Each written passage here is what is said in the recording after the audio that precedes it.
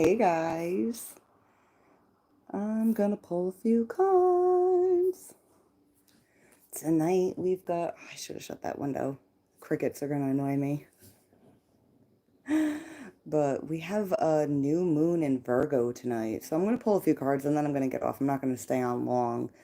Um, I wanted to come on today to do this reading. I wish I had more energy to do it, but whatever. So let's see. I was gonna wait for people to come in, but I'm too tired. So I'm just gonna start before anyone gets here. Ooh, the Sun, the Page of Cups, and the Page of Wands. Hi, Jay. How are you? How lovely to see you here, Jay. Ooh, we got the Eight of Swords at the bottom. Hmm. All right, so I don't want to say. All right, yeah, I was gonna say I don't want to necessarily say like because yeah, this is like a mental prison. It's like being trapped, but I wanted to say it's almost like somebody's like coming out of it, and then underneath it, we've got the Knight of Swords. It's almost like he's coming in to be like, I'm gonna cut these ropes and free you. But this doesn't necessarily mean it's another person. Like if this is you, if you're in your head about something, it's like you're freeing yourself. Oh, I dropped the card. It's the Ten of Pentacles. I just heard freeing yourself from the construct. Whatever that is. Maybe it's like the construct of your life. Whatever it is that isn't working anymore. Time to leave it behind, time to move on.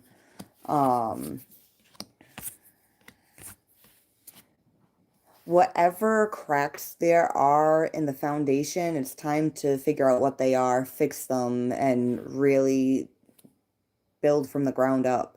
I feel like for a lot of people right now, there's, in some aspect of our lives, we're being asked to step up, to clear out the bullshit and step up. Um, right? The cat agrees. My pussy agrees. All right, so we've got the Sun. The Sun is revealing what that is. It's like 1 minute the blindfold is there, and the next minute it's being cut off and it's revealed. Now, the only thing is once it's revealed to you what it is you need to be doing next in life, are you gonna do it? Or are you not gonna do shit? Not gonna do shit. But we have the Page of Wands here. So to me, that tells me that a lot of people are like willing to take the risk. Willing to take the risk. But at the center of the reading, we have this Page of Cups. It's like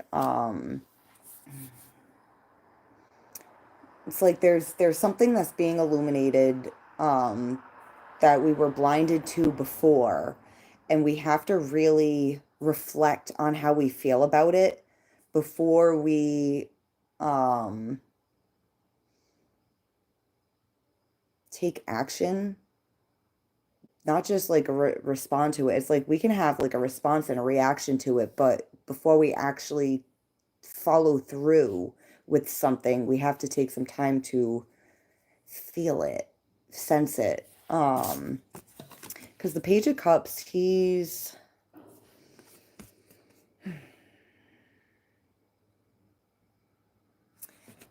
I don't want to say feeling something for the first time, but it's almost like experiencing something for the first time. I mean, if something's being illuminated that you've been blind to for a long time, or something that's kept you trapped and you couldn't really, I guess I want to say, see the forest through the trees. I don't know why that saying's popping in my head, but yeah, couldn't see clearly. Um, but now you can. So you have to like really take it in. Really take it in and understand it. It's it's worth taking a risk. You know, any change really is worth taking a risk. The problem is most people don't want to take a risk and most people don't want to fucking change. They just want to continue the miserable fucking patterns of their life and then complain about it. Oh, Katie, you're here. Yay! My cat meowed at the exact same time. See, fucking confirmation. Wait, what was I saying? The cat agreed on whatever it was. Oh, Kitty, look at you. I'm gonna bother you because I love you so much. Please don't hate me. Oh, little kitty. I love her. She's gonna leave me now. It's okay. You can go. I respect your autonomy. I respect the autonomy. All she did was sit next to me instead of on me. Hey, Binford. What's up, Binford? We're just over here reading cards, you know. I've been wanting to come on for weeks, but I've been failing. I've been shifting a lot of things around in my life. Extremely uncomfortable changes. Ugh. But if you want your life to not be the same monotonous fucking hamster wheel cycle over and over and over again, you have to suck it up and have the courage in order to make the changes that you need to make. So, if you've been thinking about something that you want to do or something's recently been revealed to you about something that helps give you a clearer vision, this is your reminder to fucking do it. Make the change. You know, something's being shown to you for a reason. You're not receiving this information or this realization or this understanding or being allowed to like feel something, take a risk for something for no reason. It's being presented to you because life is like, hey, do you want to live or do you want to die?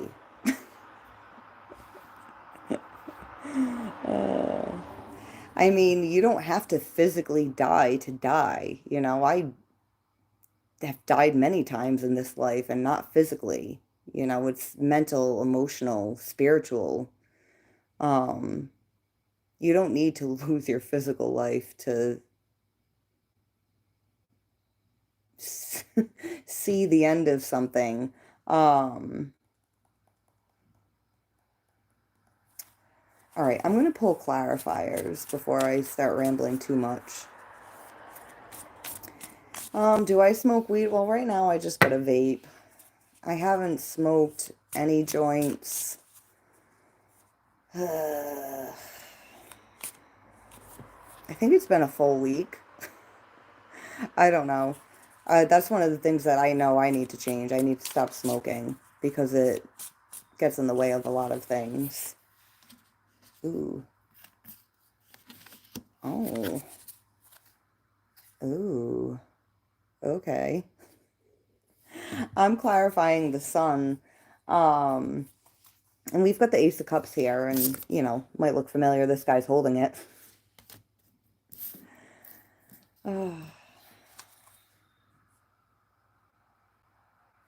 There's some kind of emotion being felt that you either never feel or you don't feel often. It's something that feels uncomfortable. It's almost like there's this growing pain. There's something that wants to grow, but it's fucking terrifying. The Nine of Swords is it's like nightmare energy, but you don't necessarily need to be sleeping to be in a nightmare now, do you? But we've got the Empress with the Nine of Swords.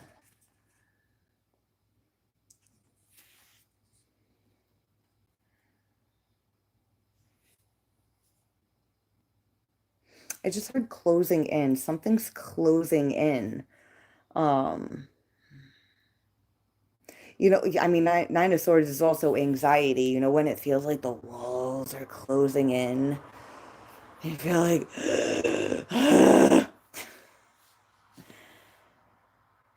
Ooh, yeah, this is like an overwhelming feeling. It's like on one hand, like there's like this aspect of beauty to it.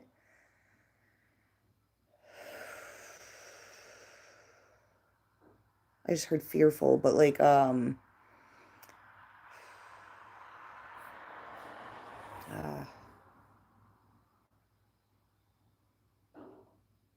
I mean, imagine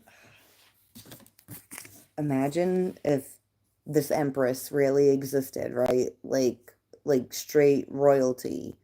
Like you know how like there's like I mean, I know the Queen of England's dead, but you know, I mean, an empress is more than a queen. She embodies all four queens. So imagine like not like a lot of people would be like, "Oh my God, the Queen of England," and like would be so excited over that. But imagine like a feminine energy higher up than that, more powerful than that, and you're like what is like the throne room when they're sitting on the throne and people will come in to talk to them and ask things of them or whatever. Like imagine like being at her feet in front of her and trying to talk to her. This doesn't have to be an actual person. This just could be an aspect of yourself that's like asking you to grow, asking you to evolve. And on one hand, it's like you're down for it. Like I totally would love to be in this energy, but it's terrifying. It's terrifying. I just heard, what if I fail? What if I fail? Well, you'll never know unless you try. No, TT, you can't. It will be nice. You guys want to hear something about funny about the word nice that I learned? I was watching another YouTube channel, Archaics. Um he had the Greek on his channel, and I was watching that that video because I had listened to some of the Greeks podcast. If anyone's interested in listening to some interesting podcasts, go to Godspeak, but it's spelled with two E's, not EA, godspeak.com, and they've got I think like 9 or 10 podcasts on there with the Arkan and the Greek, and the Greek is very informative. Do I even say human? Because it's like when people have this much information, like, are they even human? You know? Um, and he brought up how what the word nice really means.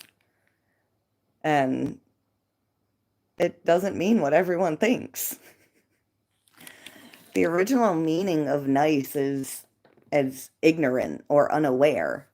So when you're like, oh, they were nice, you're like, oh, they were ignorant or unaware. Or have a nice day.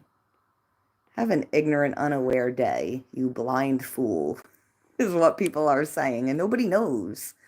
Um, Words are spells, words carry frequencies, and when definitions for words get changed, the frequency of them does not fucking change. Maybe the tone in which they're used can adjust it a bit, but it still doesn't change the core energy signature of the word. So, I mean, English language has kind of taken the word nice and made it so a bunch of people are walking around all nice, telling people have a nice day. So, yeah, I bet it would be nice if you took me out. Men usually, like, my love interest, they usually, I don't know, they're weird. Um, Men usually don't make it past a conversation with me and hold my interest. Um, Beyond friends. If a guy's talking to me as just a friend, I don't mind having conversations. But somebody trying to like talk to me like from that, yeah, no. I would just not waste my time if I were you. Anyways, this one's really good. Have you guys had the berry flavor of Gatorade? It's a yummy. I am the catnip. Hi, Mediasaurus. How are you? The cat. I know. I love my cat. I love her so much. She's right here with me.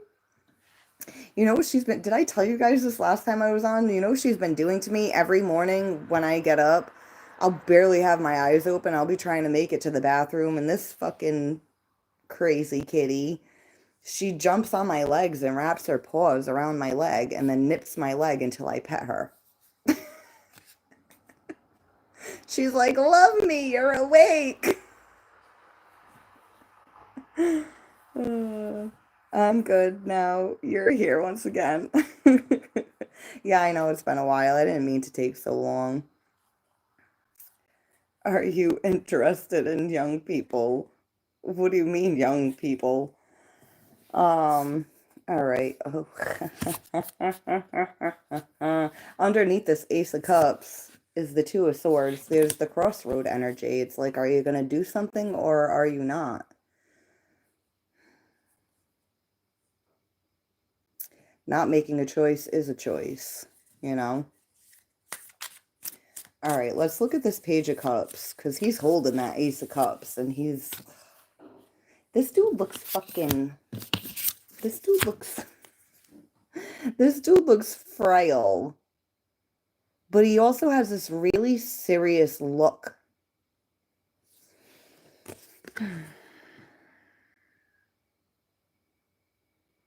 He looks serious but nervous.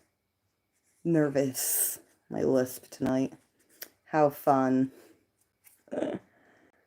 He looks serious but nervous.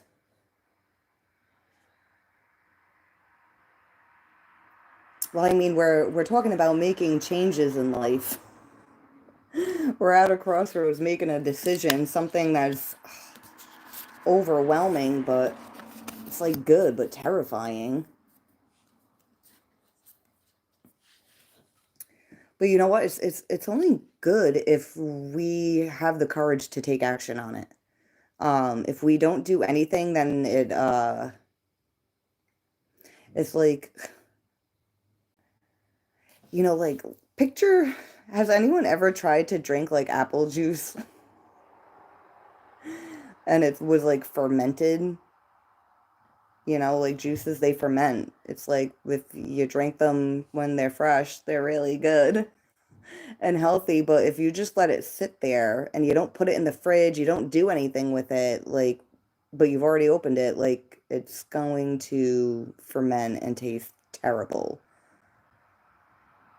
Um, I'm just like picturing somebody like trying to drink it and just being like, I can't now. I can't now. Mm-mm.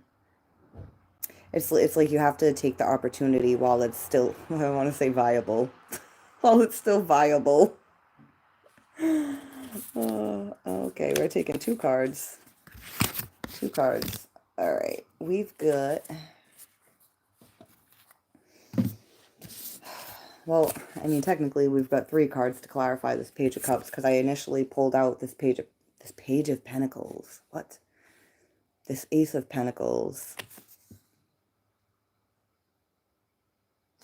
You know why I think I said Page of Pentacles? I feel like whatever feeling is in this cup, I feel like he's trying to figure out how to bring this feeling into physical reality. Like, how do I channel this energy, this feeling in manifest? And I I say manifest because we do have the Magician on the bottom of the deck. How do I create something and bring it into the physical with this feeling?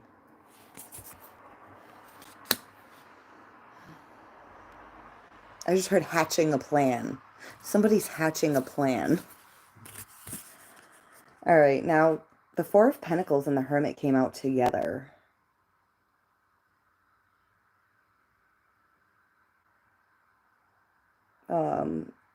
I'm looking at this Four of Pentacles and then I'm hearing dingy. Then I heard dusty. It's almost like it's growing cobwebs. You know, it's like there's something worth something here, but nothing's happening with it. So it's getting dusty and dingy. I'm just going with whatever's being channeled to me. Excuse his dusty dinginess. Um, but we have the hermit here. Mm. Hmm. Mm.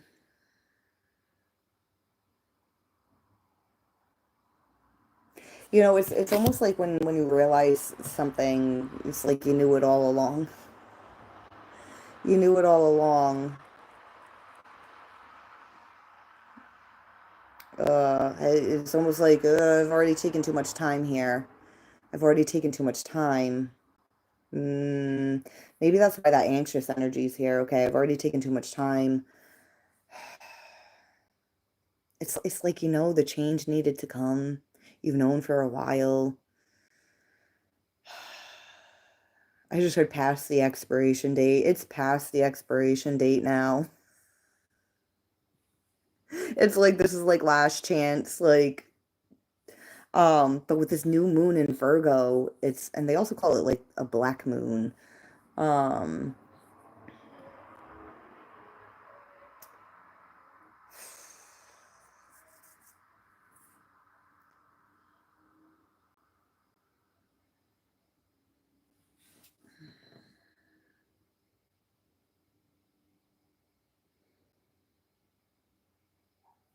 I don't know.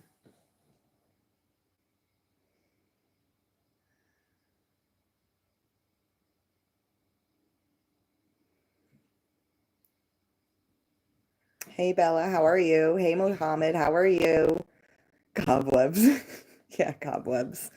Um, what was I saying? The Virgo, not full moon, new moon, Virgo, new moon. We're having it, it's at 0 degrees of Virgo, and then in September we're going to have another new moon in Virgo at 29 degrees. And that one's going to be an eclipse. And in between we're going to have the full moon in Pisces. This is like a lot of energy. A lot of energy. I mean, I'm always picking up on energy shifting, energy changing, and you know, there's always times where I'm like, oh, this feels like overwhelming. But this is the kind of energy where it's overwhelming because like the changes that have been coming are actually fucking happening now. Some people started putting them into the works a while ago, and it's gonna go a little more smoothly for those people. Some people like just started making the changes, and then others they're being like, I just heard kicked in the ass. They're being kicked in the ass. Like, get going, get going. What are you waiting for? Um, hmm.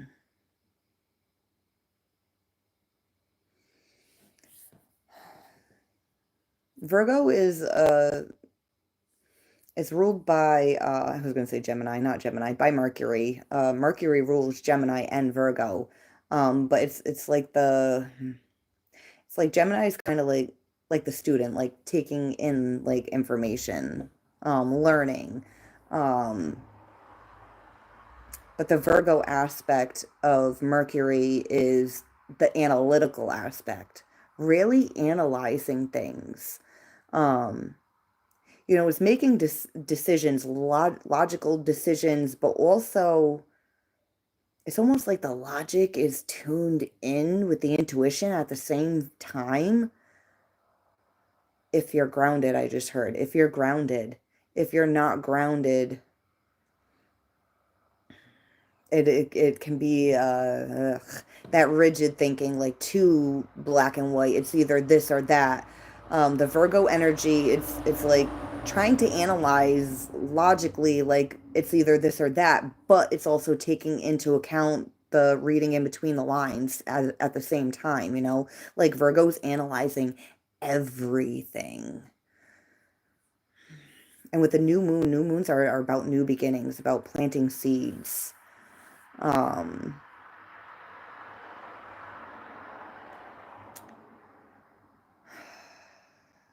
And I feel like this is such a big energy. I feel like with the two new moons in Virgo, that we're going to be having between today and then next month in September when the second new moon comes. I feel like this, like I was saying, new moons are like a time for new beginning, but I feel like we're getting extra time to do this reset. I want to say reset.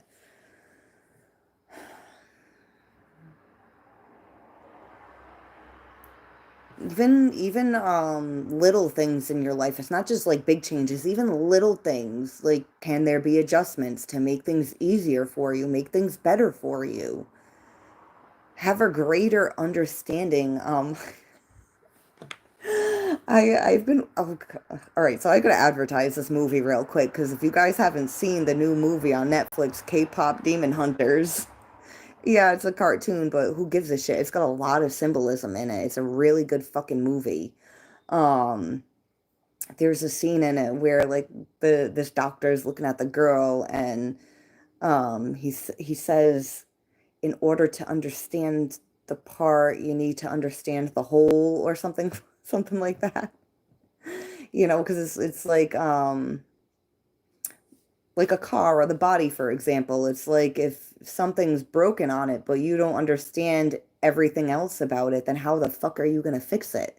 You could end up breaking something else if you don't know what's going on with everything around it and anything it's connected to. Um,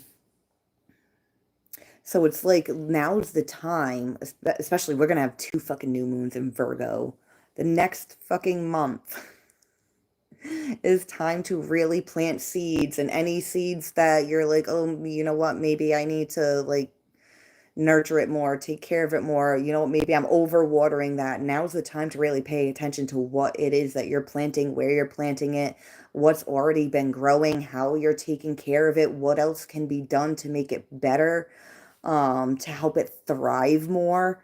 We're getting like doubly, doubly the chances. Um, and I feel like this full moon in Pisces is going to be like a big reveal of illusions. It's like we have like this first new moon in Virgo where yeah, we're analyzing everything. We're putting all the parts in place and we're like, okay, like I think I've got everything just how I want it. And just keep working towards manifesting it into growing and coming into the physical reality in the most, I want to say, vibrant way, I guess. Um and then when we have that full moon in Pisces, I feel like anything that we couldn't see clearly or didn't really understand is going to be illuminated so that way we can do any more finishing touches, and then the next new moon in Virgo is going to be like, okay, well, what did you learn from the first new moon? What was revealed to you? What illusions were you still under that were revealed to you in that full moon? Are you letting those illusions go? Are you ready to really solidify what it is that you decided to grow and manifest here? um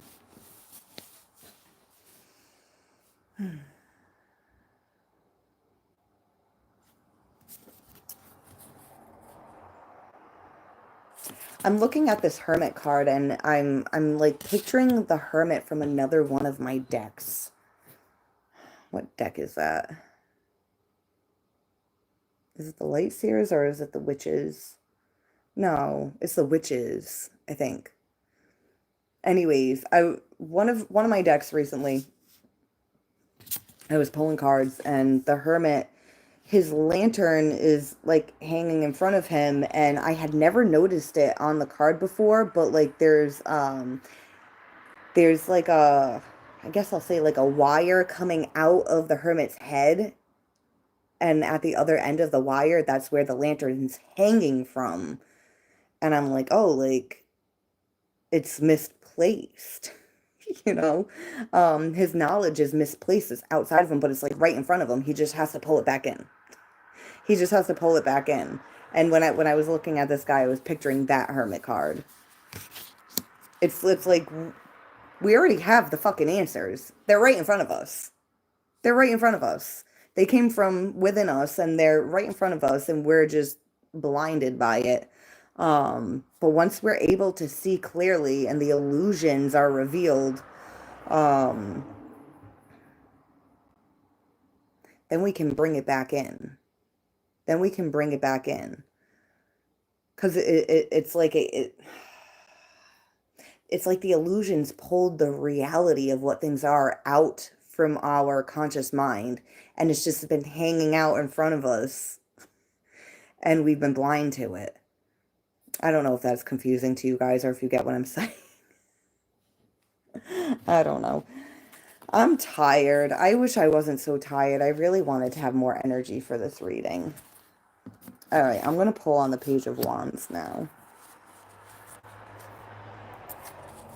All right. So the Page of Wands is about taking a risk, taking action on something, but it's like uncharted territories.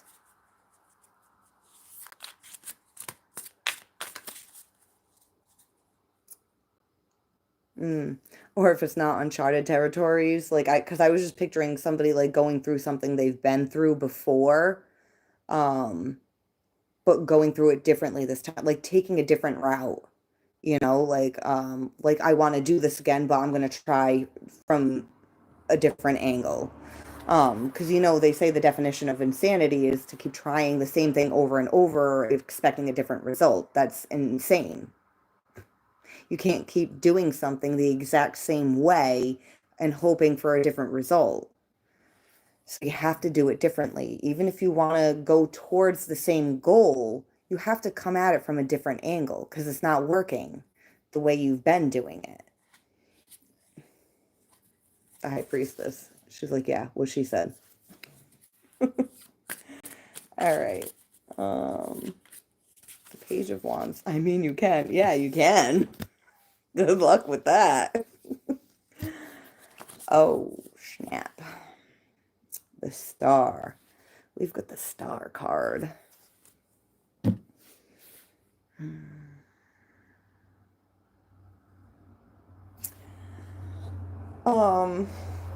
I just heard, what part of that was it? I heard the Scarecrow from Wizard of Oz. I can't make out the only part I can make out is when he's going, if I only had a brain.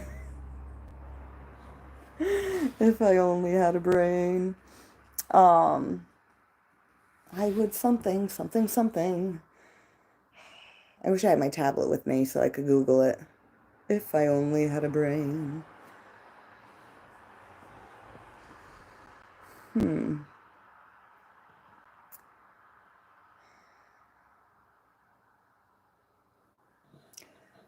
Um, hmm.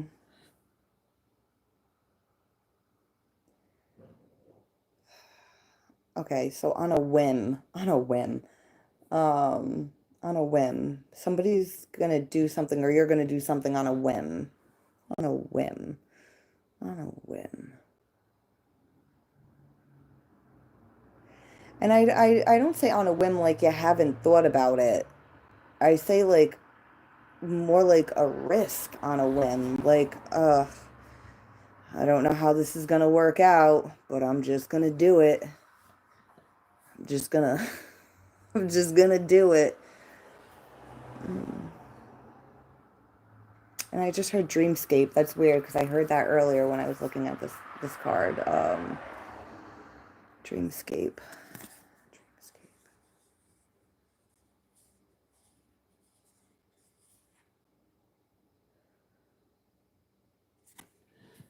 Um, I mean, for some people, I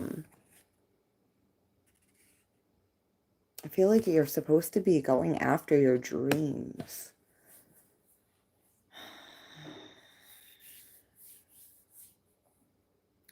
But I just heard, are your dreams viable?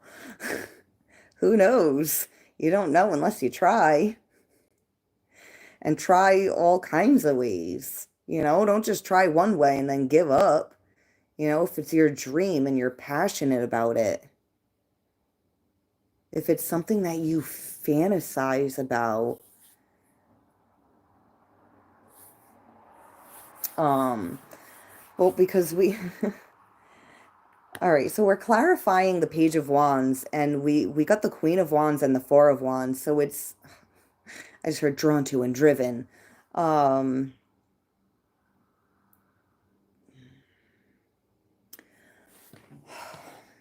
all right, so I'm looking at the Four of Wands, and I'm hearing unity, not necessarily union. I know union, unity, I guess you could say same thing, right? Um,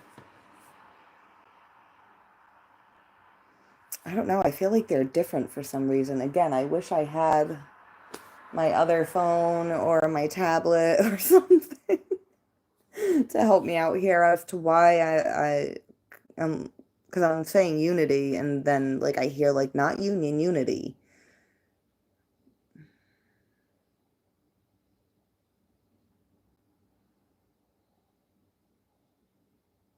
So maybe there's like a uniting but not a union.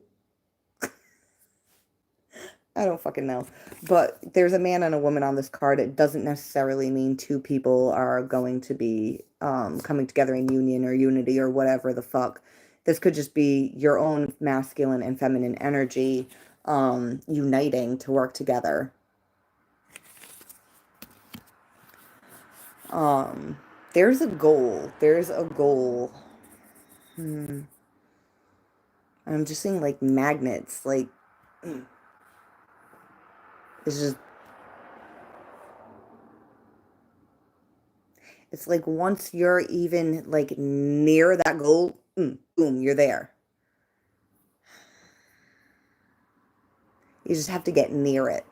You just have to get close enough to it, and then boom, you're there.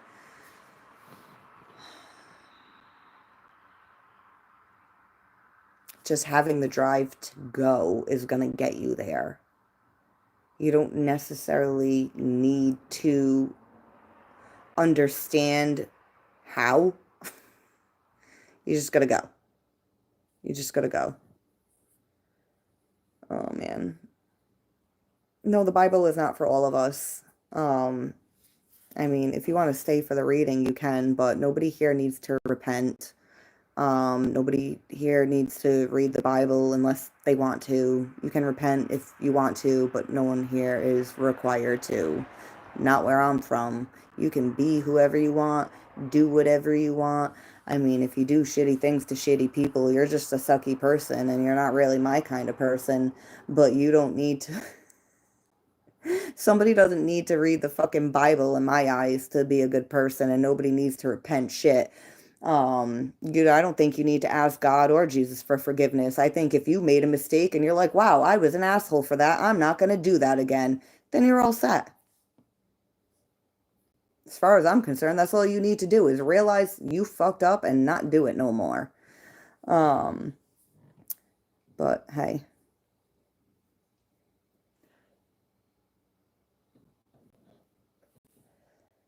I'm just gonna hit my vapage. Yeah, I've been thinking about a lot on the channel for this channel, and I think about how like often we have religious people come in. I mean, not as many as we used to, which is good because I don't like being rude to religious people, but I get kind of sick of all the because it's all the same thing. It's like you're all the same person when you come in here. You guys all say the same stuff. It's like where's the individual? That's what I want to know.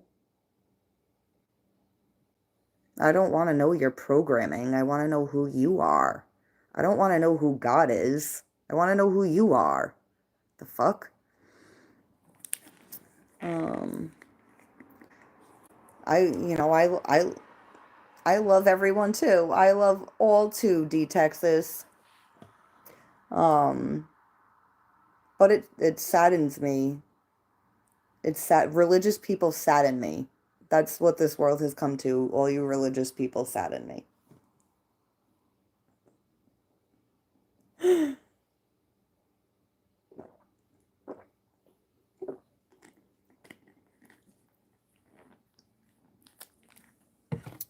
Um, I mean, I grew up going to church. But I don't need a church. I don't need a book. I don't need what a lot of you guys need. I just need the air in my lungs. uh, I mean, I need more than just the air in my lungs, but my heart is cold. My heart's actually quite fucking warm. It's this world that's cold.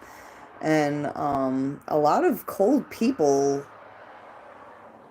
are like religious people acting like they're warm. They're like, oh, we love all. Well, you don't want to read the Bible? Well, then God help you. Me and God are fine. You know? I'm not religious. I'm in a relationship. Oh, with God? Is that what you mean?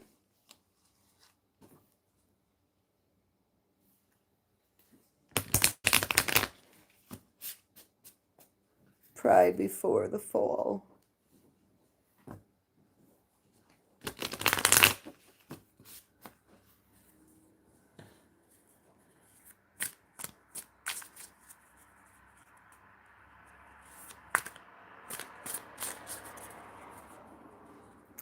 Jay, you are loved and I respect you. Yeah, wait, where's Jay? I haven't even seen Jay's messages.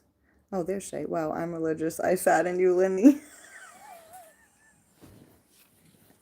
I love you, Jay. Fuck you. You've been here the whole time. You've seen all these religious people come in here. You know, on September 17th, it's going to be a whole year that I've been live streaming. I love you, Jay. No, I'm not talking about you, you silly man.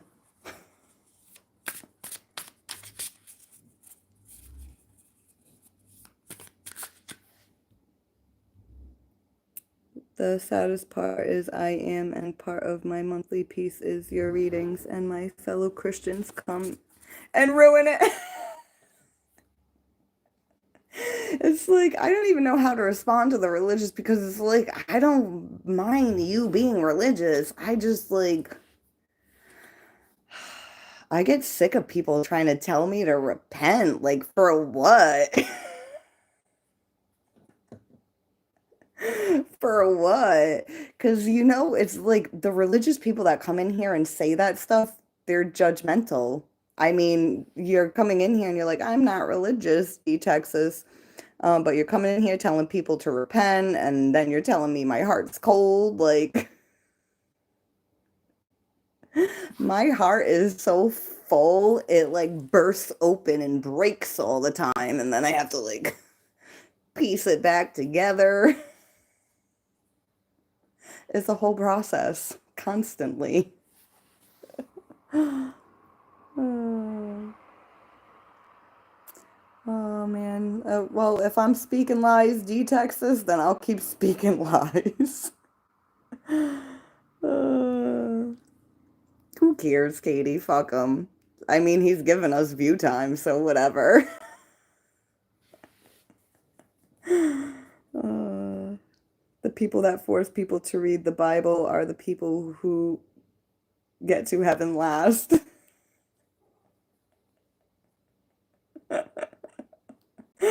That's because they're too busy forcing people to read the Bible. They missed the train, you know? Truth is better than lies. Yeah, it is. That's why I don't force religion on people, because there's a whole lot of lies in religion. Uh, when do you get monetized? You know, I'm only like a couple hundred watch time hours away, and I was just like 1,000 watch time hours away from getting monetized. So I did pretty good. What was that last month? I live streamed like a few days in a row. That really boosted me up in this bitch. So sorry, D Texas. I'm gonna be here for a while spreading my lies and my tarot readings. You're welcome to come join and watch anytime you want. Hi, Haunting Whispers. How are you? Marek the Frog, hello. You will. You know what? I want to pull some cards on D Texas. Let's see what's up with this guy. Wait, are you even a guy or are you a girl? Could be some broad just talking shit to me. Jealous because I'm prettier than you are. Just kidding. Ooh, the Four of Wands, the World, ooh, and the Ten of Wands. And the King of Cups at the bottom. Ooh, with the Queen of Cups underneath. Ooh. Because I love you, your cards are false. This isn't you. They're false. You're not a handsome guy holding a cup of love. He's like, well, shit, maybe your cards are right. It's only an assumption. The Queen of Cups under the King of Cups.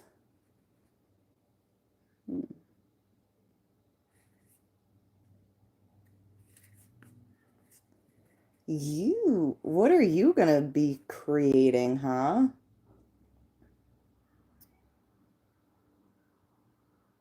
I feel like you're manifesting something.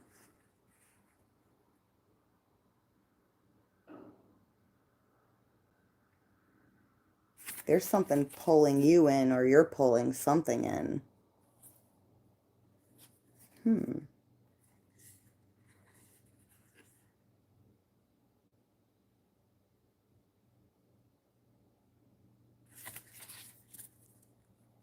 feel like you're closing out a cycle. You're bringing something together, but there's a lot of pressure around you.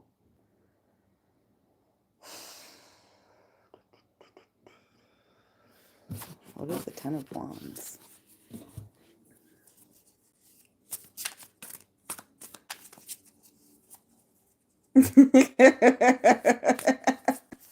I love you, Katie.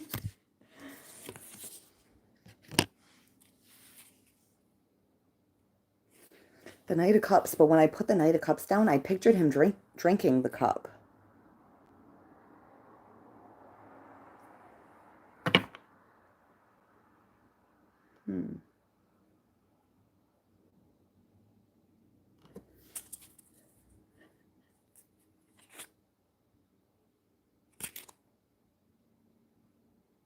I feel like there was like some kind of hard pill to swallow, like metaphorically.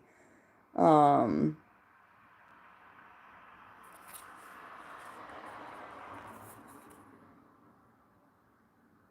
I just heard terms of an agreement. Um,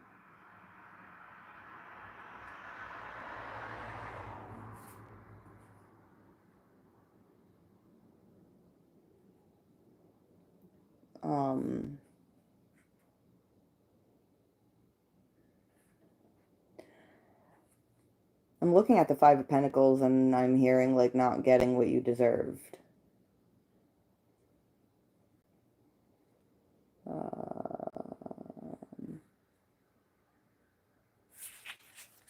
Hmm. LOL, y'all funny. Yeah, fools.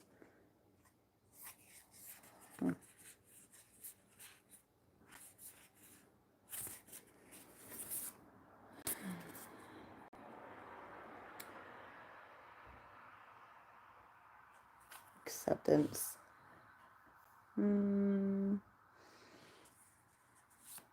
I feel like D Texas had to accept something that he did not want to.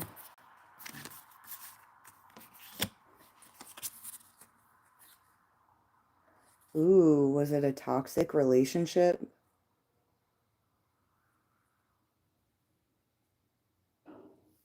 Something like came full circle?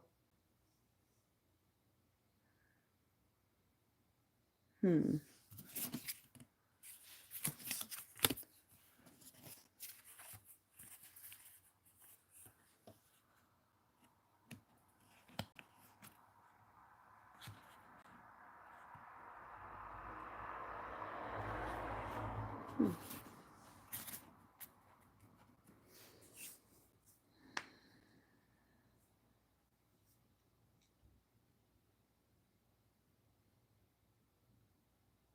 I don't know. Because we got the devil at the bottom of the deck. Do you like that? I bet you'll really like this one. The devil card.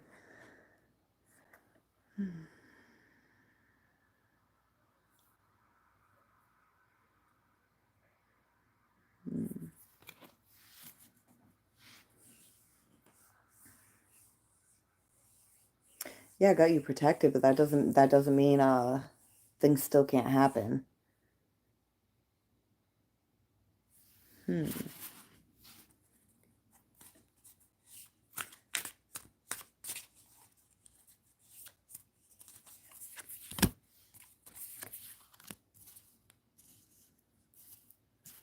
The devil's already defeated. No, he's not.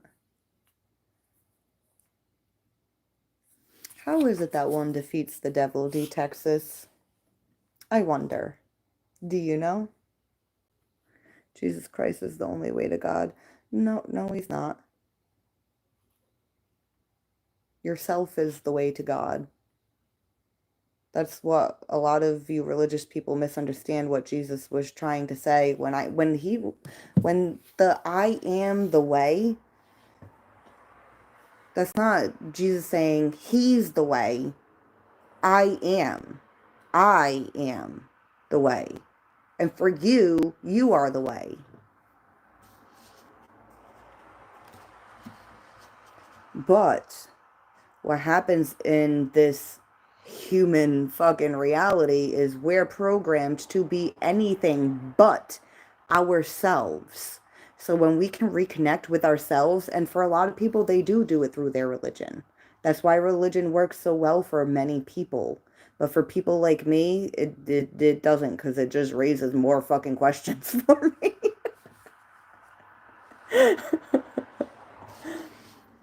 But it's like you have to connect with yourself, with your own soul, and let your soul guide you because your soul is connected to God. Your spirit is connected to God. So you don't go outside yourself to connect with Jesus to connect with God. You go within and connect with yourself to connect with God. But most people don't know how to connect with themselves. So that's why they have to turn to religion in order to reconnect with God. And most of the time, they're still bypassing themselves and then connecting with God, and they're still leaving themselves out. Which I think I think I don't even really want to say I believe yet because I have a lot of like different theories. But I believe if you don't want to reincarnate as human on this planet again, that you have to go through the ascension process and you have to fully reconnect with I am, because I am God. I am the way, not anyone else. And no one else is the way for you except you. That's how Jesus ascended. That's how he fucking resurrected and fucking came out of his fucking physical body and then would like because he knew that. He knew he wasn't human. We're not human. We're just living in a human body. We're more than that. Lucifer tried to be like God. Um, I mean, people that watch me already know how I feel about this. Um, to me, God and the devil are the same fucking thing. You know, it's like as if we were created in God's image, then it is safe to say that we are like a reflection of God. So we're just like smaller, mirrored versions of God, right? So if we have a dark side, and I don't care how holy you are, I don't care how religious you are, every human on this planet has a dark side. We all have a shadow self. We all have a subconscious. We all have unhealed wounds. Um, so, you know, if we have a shadow side, why wouldn't God have a shadow? You know? Um, people think I'm crazy. Some people vibe with it, some people don't. It's all good. We all battle demons. Yeah, we all create our own demons and we battle them. But they're all self-imposed. You know, each one of these swords represents a thought. And our thoughts start to form. It's called a thought form. And it starts to solidify and create something into reality. First, it might just start as an overwhelming emotion. Then it might turn into something like a fucking accident or something. You know, we manifest things into our physical reality with our thoughts and our thought forms. God is perfect. Nope. I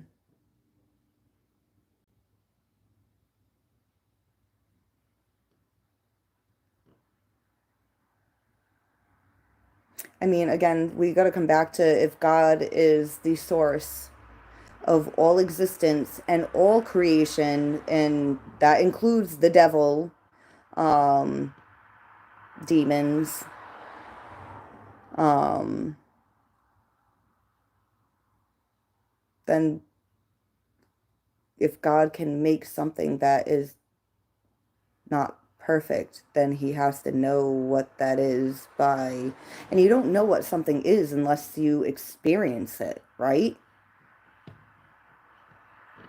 You know, like, I mean, think about when you're a kid, you don't know what stuff is until you go, you know, you don't know the stove is unsafe till you go put your hand on it when it's turned on. Oh, women are the source of creation. Yeah, our vaginas.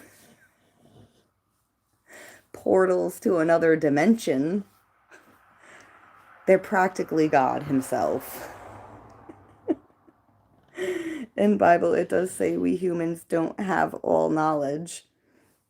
Yeah, we don't. We don't. And you know what? God doesn't have all the knowledge either. God uses us to collect the knowledge. Collect the knowledge, learn the lessons, have the experiences, because without us, God doesn't know any of that shit. You know?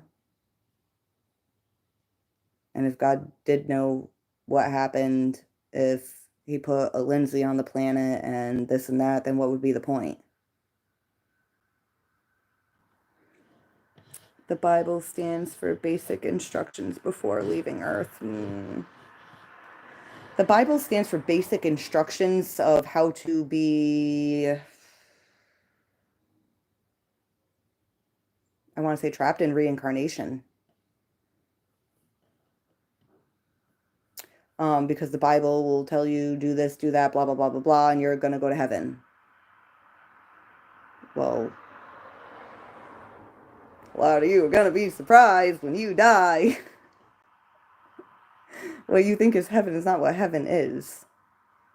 You know? I feel like what religions tell people heaven is, like there is an aspect of the afterlife that you can experience heaven, but you don't stay there for all of eternity. There's constant evolution. How the fuck would anything evolve if it was just like, okay, I died now, I'm just gonna go sit over here in this corner of the universe where it's labeled heaven and never do anything again except just float around over there with anyone I've ever met. No, that's silly. That's silly. But we spend our whole lives being told that's what happens. So to us, that's what normal is. But I mean, if what I'm saying sounds ridiculous to you, that's fine. But if it makes you even question, like, why not? There's nothing wrong with questioning it. Like, even if you believe in God, he's not gonna be like, I'm gonna smite you because you had questions. And if that's the kind of God you're living for and obeying, what the fuck? What the fuck? That's not my God. My God isn't judging. My God's just like, Y'all are crazy. Let me know what happens when you're done.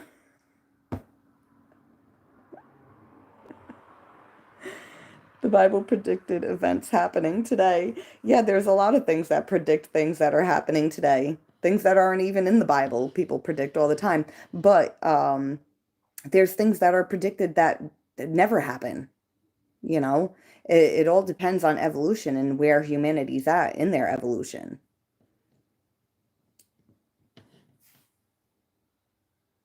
I need to repent and be saved. No, thank you.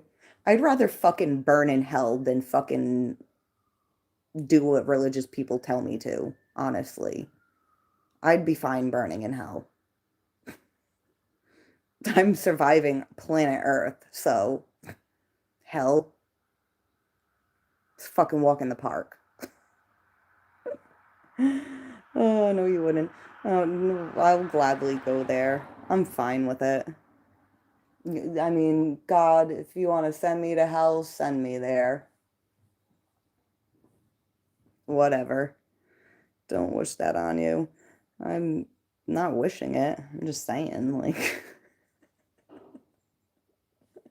you're gonna cry. Dude, I already cry every day. What the fuck? You think I give a shit about burning in hell? Quite frankly, it would feel better than the things I feel here half the time. You ever thought that we're already in hell? Yeah. Yeah. I have thought that. Hell to me is worst torture possible. Um, hmm. Again, I feel like if you can survive planet Earth, hell ain't shit. Hell ain't shit. I mean, there's horrible things happening on this planet.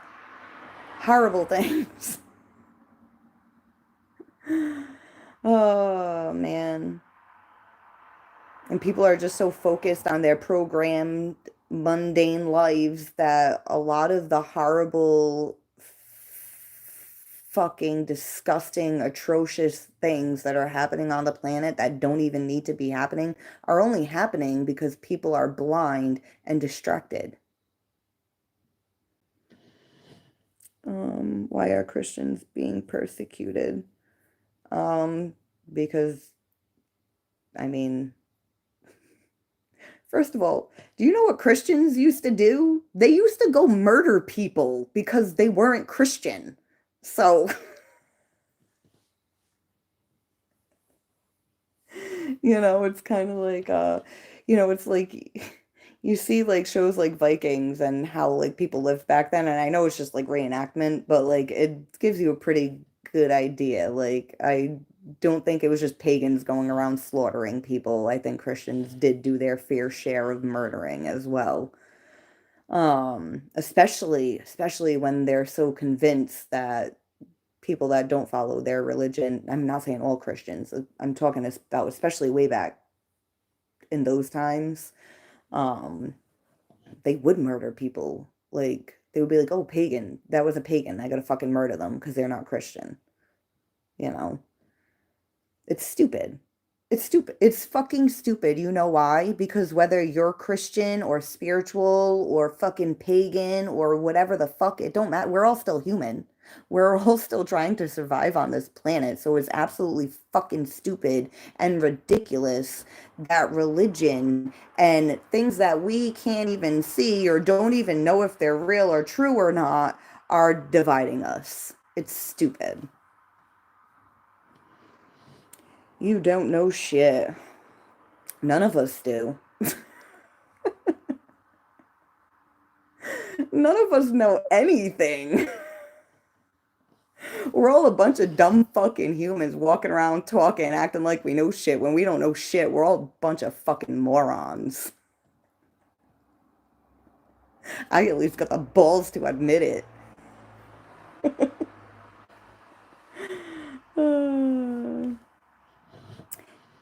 You're just very uneducated. Where do you live? I can come pick you up for church. No, thank you. I'd rather fucking burn in hell than be in a church. Oh man. You know what they do to kids in churches? Do ya?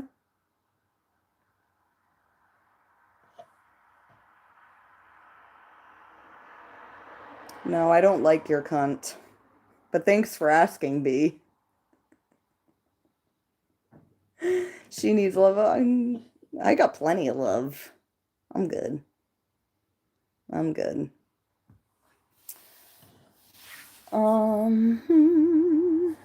Let me guess, you rub crystals and talk to. I do talk to the moon. I have crystals, but I don't really rub them. Sometimes I do like to touch them.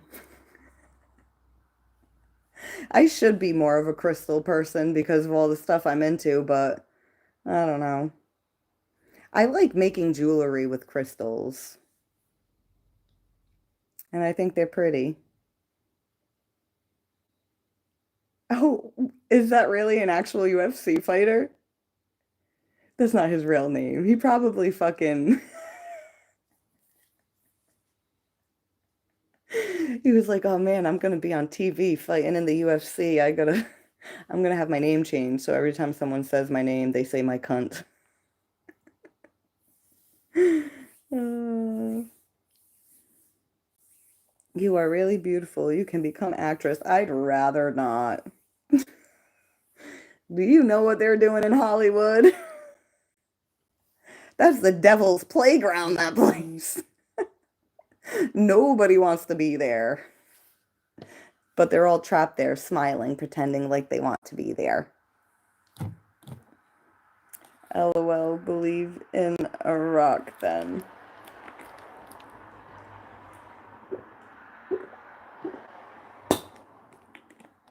See, here's the thing about crystals and stuff. They do carry frequencies. Everything carries frequency. This fucking blanket over here, my daughter's axolotl blanket, carries a frequency. These cards carry frequencies. Everything has a frequency. Praying for you tonight. No, thank you. I don't need prayers. You know what? I want any prayers that you guys would say for me, I want you to say for yourself because I'd rather you be channeling your energy towards yourself because I don't need it. I don't need it. Hello, kitty cat. I love you so much. I love her so much. No witches here, Fred. Yeah. Um,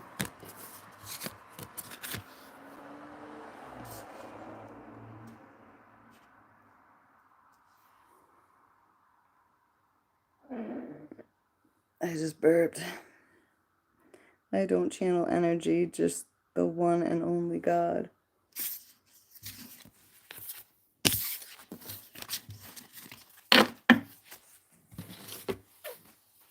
Why do these guys refute what you're saying but never provide an argument? I don't know. You know what I find funny is like the people that always have like something like a problem with what I'm saying, but then they want to stay. I'm confused. You don't like what I'm saying, but you want to stay. Oh boy. Shit. What's that movie? Holy Spirit, activate, activate. Wait, what is that? Okay, goodbye, dear. See you soon. Uh,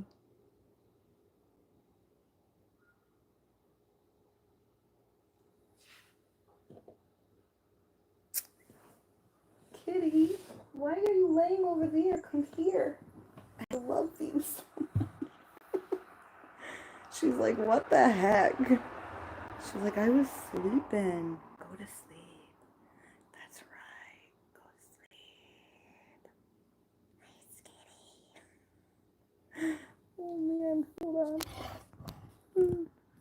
microphone's gonna end up falling over. I love you. I love this little piss pause. I gotta tell you guys, this friggin' chick, this cat, I have to make sure I keep the toilet seat closed because she keeps trying to drink out of the toilet. And it's like I keep her water fresh all the time. I'm constantly emptying it and putting fresh water in it, and she still wants to keep drinking out of the toilet. It's like, Kitty, my daughter was just on antibiotics and had diarrhea for like 2 weeks. Stop trying to drink the toilet water. So, like, I fucking caught her. She had both her paws inside the toilet because she couldn't reach the water without putting half of herself in the fucking toilet. I'm just like, you're gross, you little piss paws. Trying to, like, clean her off, but it's like, I've never cleaned a cat before, and she cut her claws out. Trying to kill me. She didn't try to kill me. She was just scared. She didn't know what was going on. I'm like, you can't be going in the toilet, you silly bitch. So I put a sign like above the toilet, like, and I drew a little cat face next to it. I put keep lid closed. I'm gonna have to take her to the groomer because like I still don't feel like I cleaned her good enough. I'm just like really grossed out by her, but I love her so much. I pick her up anyways, and I probably have fecal matter all over me from touching her. I haven't had a pet in a long time. Oh man. I haven't like loved an animal this much in a long time either, so when I was holding her after, I was like, wow, I must really love you. I don't even know if I would touch my child if she stuck herself in the toilet.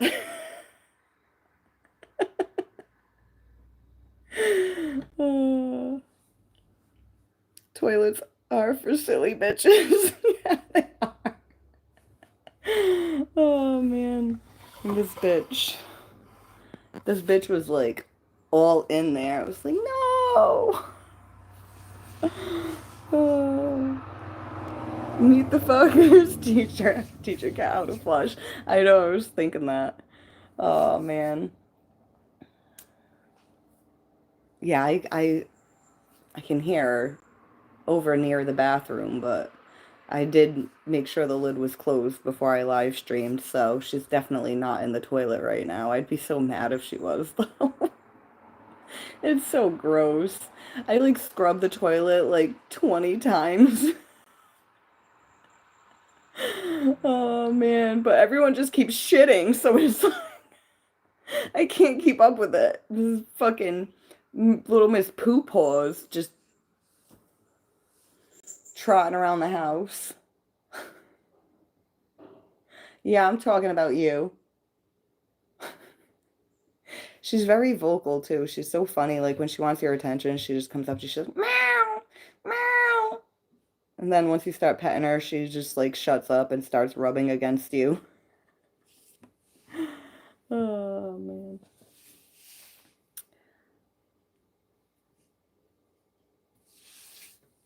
Nefarious. Hello, how are you? Do you have a bra on, Jimbo? Will a tarot card make you show your tits? No. No.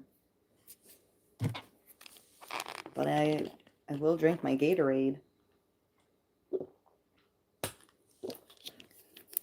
This is really good. I kind of want to freeze it and make like a slushy out of it. The berry flavor. It's really good. It's really good.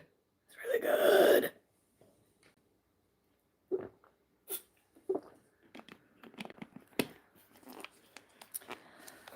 Oh, man. Ooh, Katie, do you want me to pull some cards for you?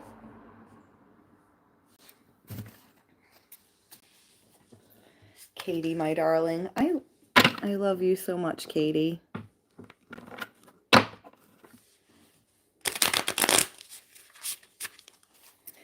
I love me some Katie.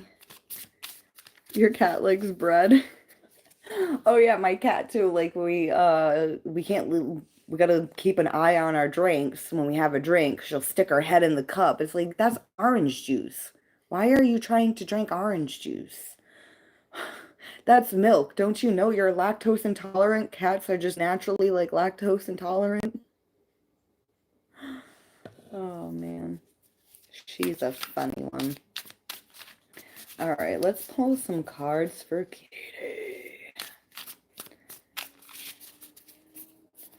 Katie, you and Ryan have birthdays coming up in September. One of you guys is the 10th, and the other one, I believe, is the 18th. Ugh, excuse me, I burped. Which one are you, Katie? Was Ryan the 10th, or are you the 10th? I always got gossip. Two of Swords, the Emperor, and the Six of Swords. My sweet King Ryan, I am 10. Yeah, you're the 10th.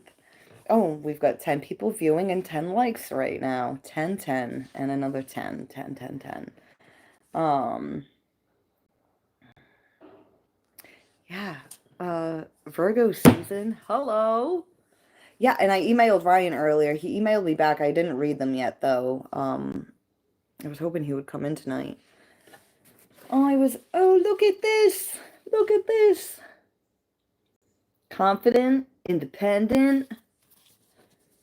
But that's crossing the Emperor. Hmm.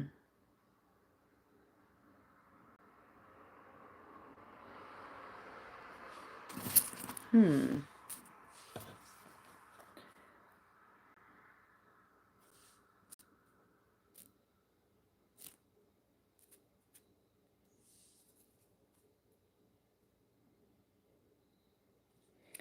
And we have the Two of Swords and the Six of Swords.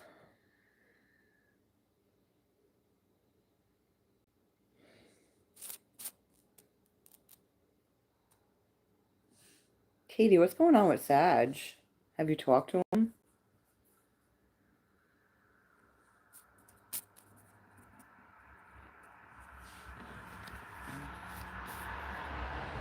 Ooh. Ooh. You know, when I dropped it on the Emperor like that, um,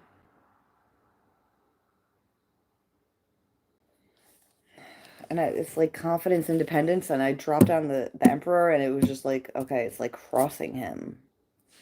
But what's underneath that? The fucking tower. The tower.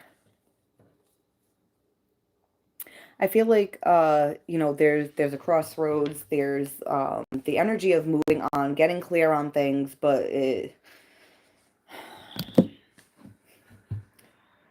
it's almost like, yeah, you're confident, you're independent, but there's like a complete breakdown of that confidence and a complete breakdown of that independence in a sense. And I'm feeling like it's in order to like let go of this control, this the like look at the rigidness, like the his face just feels, I want to say disagreeable, unagreeable, like just won't, just too stuck in the ways. But I feel like there's that tower comes crashing down to break free from that construct, the control of the construct of the old ways. Because it's like confident, independent for what? But to still feel controlled and I'm like picturing like a contortionist. You know how they can like really bend in really crazy ways?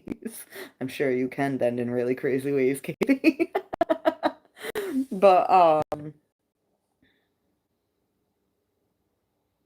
I feel like bending in ways not because you wanted to, but because you had to, and what is the stuttering about?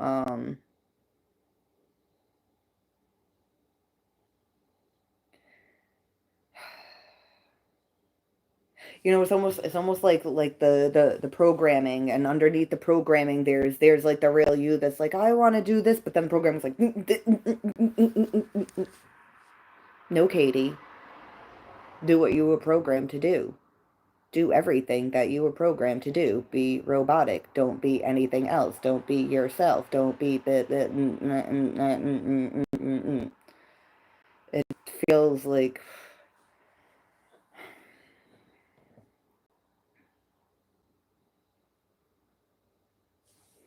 but see how like there's this opening right here. It's like there's this darkness all around, and like, yeah, it's like there's a little bit of waves. There was like this like turbulence like behind it, but now it's just like waves, and it's like you're heading towards this new, more open perspective. It's like you're gonna be able to navigate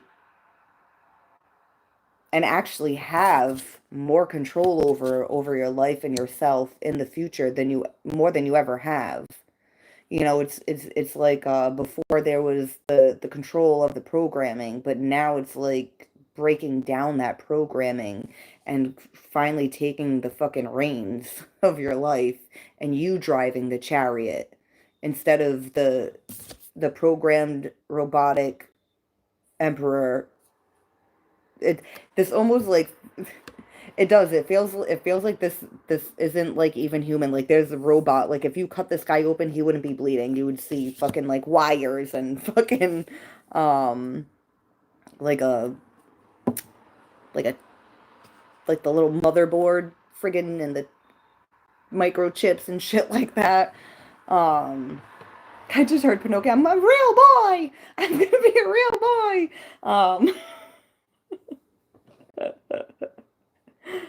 Uh, yeah, I feel like you're at a point in your life right now where if you tried to do the old programming, you would be like your Pinocchio, like you would see a nose growing. And you'd be like, shit, I'm exposed. Like, no, I can't do this anymore. I can't do this anymore.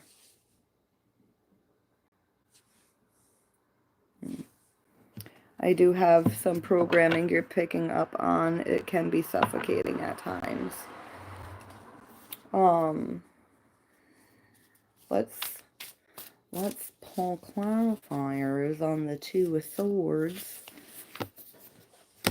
The Ten of Pentacles. And the Knight of Cups. Oh man. I feel like this is like the structure of your emotions. Like the whole entire, the foundation of it, the walls of it, the roof of it. Um we got death at the bottom. And underneath death we've got hold on, and I picked up the Five of Swords too. Um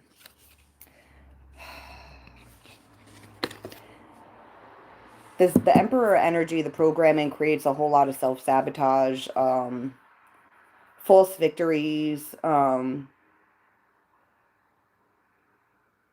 I just picture like false victories and not even like being able to have time to even, um have you had times where you've made mistakes and you're like, I didn't have time to deal with looking at the mistake that I just made because I have other shit that I have to take care of?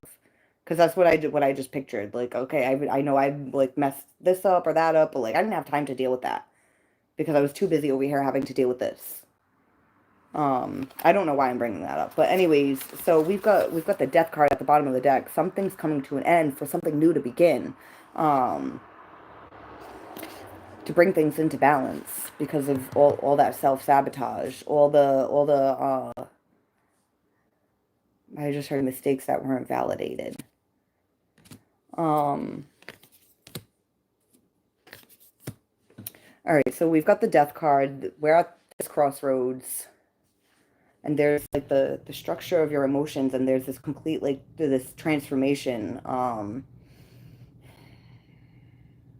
There's the way you would handle things before and the way you're going to handle things now, but you're still like in that process of the transition. So it's, there's still that like that like back and forth of, like, All right, because now, like, when you're like, okay, I see a mistake, but it's like I can't ignore it now. Whether, even if I don't have time for it, like, I see it, and I can't, you can't unsee it or put it out of your mind, even when you're busy, I feel like. I don't know. I don't know. Um,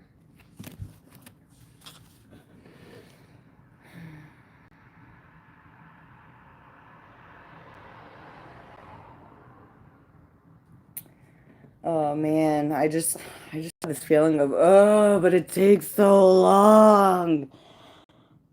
Ugh.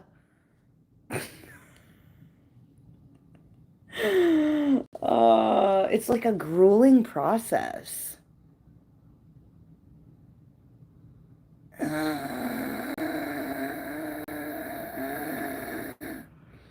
Like I just keep wanting to make noises like that. Kate, do you make noises like that, Katie? Fuck.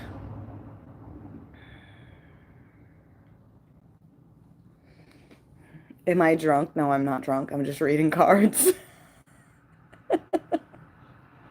No, it's purple. Oh man. Ooh. If we were gonna pull a third card, Katie, for like clarifying the Two of Swords with the Ten of Pentacles and the Knight of Cups, it's the Queen of Cups. Yeah, that's what I mean, like the entire like construct.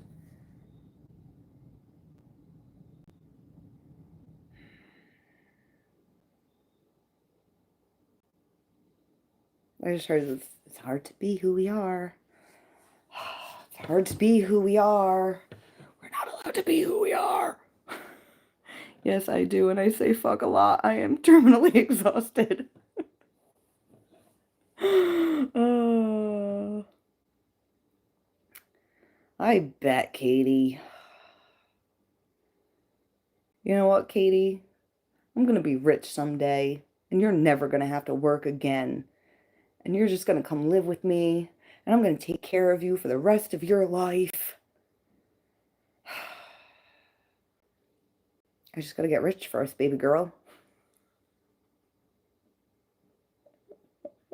It felt weird to call you baby girl, because you're very womanly, very independent.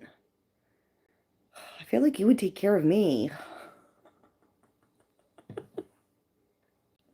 No, we would take care of each other. What number is rich to you? Um, Not broke,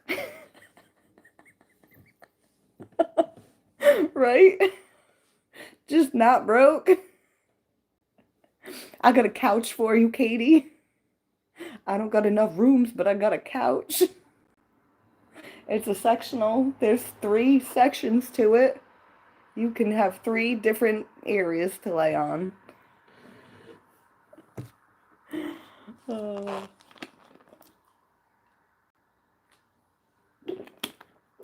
All right. Let's pull on this Emperor.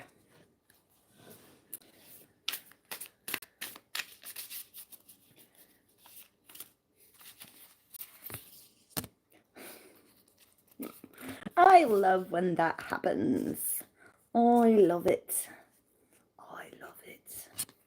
When cards come to the top of the deck. Started from the bottom, now we here. Healing is a fucking joy, and so is energizing, and I am not lying right now. Knight of Pentacles at the bottom.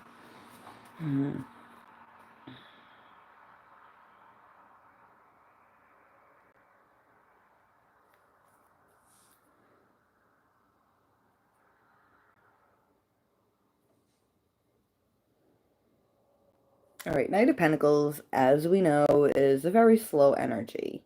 But the Knight of Pentacles, he's methodical. Like he plans. He knows what he's doing. Even if he takes forever to get it done, He really understands and knows what it takes to solidify something into the physical reality and to bring it to what it needs to be and to get it to where it's going.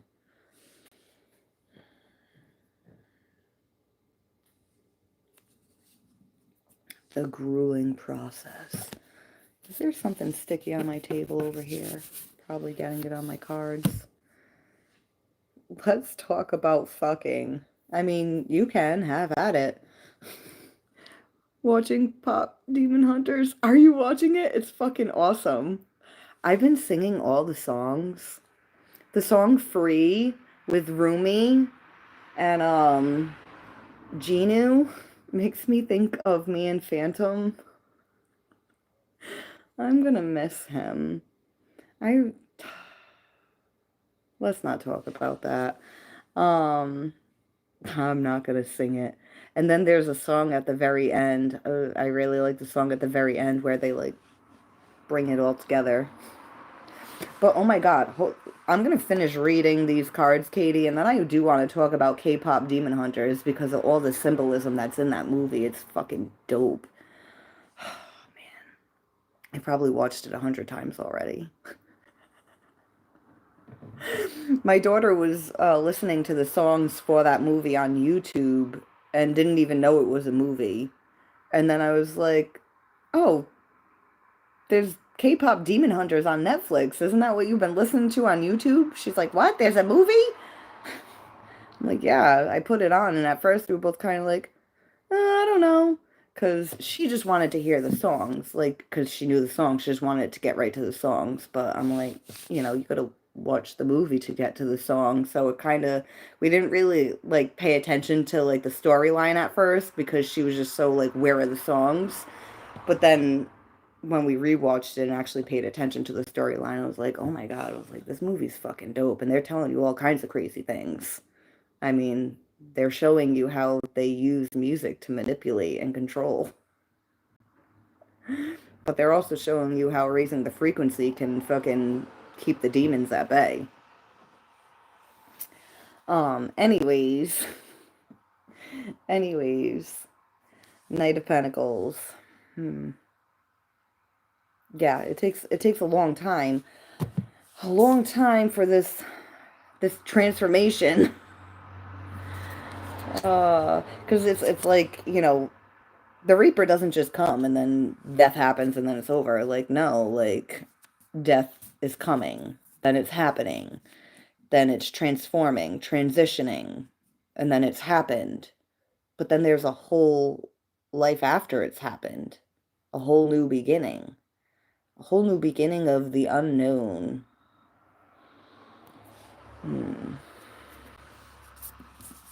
We've got the Queen of Swords. I feel like this Queen of Swords energy is what is going through this transformation.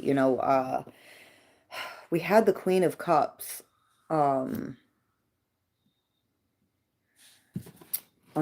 she was underneath the Death card, wasn't she? When the Death card was at the bottom of the deck. Because it's like we're at this crossroads with how you handle your emotions, how you express your emotions, and how you feel your emotions. It's I feel like you're past the page part. That's why the Knight came out. You're like going for it, but like your mission is to get to Queen of Cups energy. I feel like you've been working with Queen of Swords energy for so long.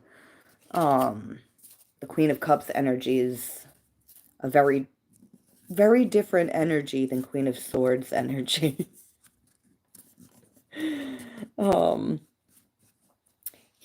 Queen of Swords will be like, off with their head, and Queen of Cups will be like, wait, hold on. Maybe we should understand what's going on here before we just start chopping heads off.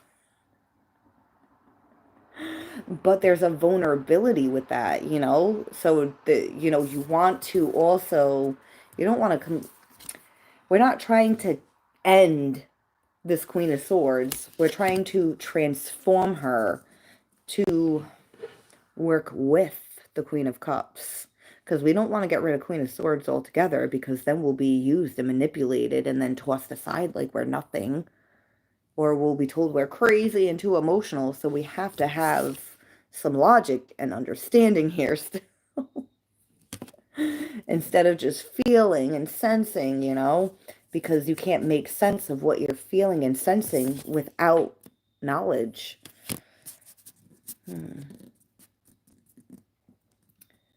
But it's like you don't have all the knowledge without what you're feeling and sensing too. So it all plays a part. It's all important. We're both going through this transformation as individuals. I got no idea what's going to happen to the connection. Oh God, yes, vulnerability. That's some sucky shit. Oh, it is sucky shit. All right, now we've got the Six of Swords over here. Let's see what's going on with that.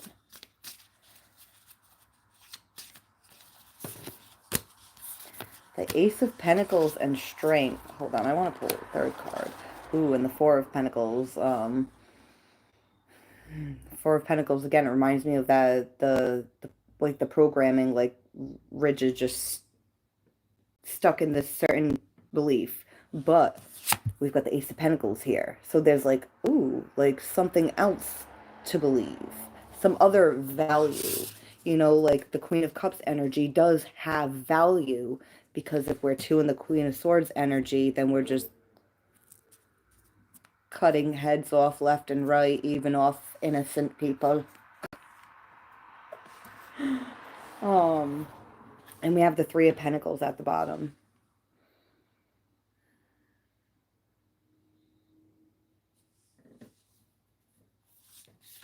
And the Temperance card again. What was Temperance under earlier? Was it in your reading, or was it a reading I was doing earlier? Anyways, Temperance is here again.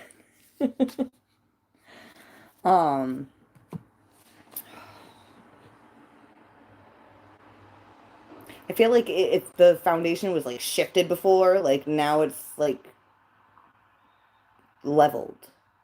I just heard level the playing field. Leveling the playing field.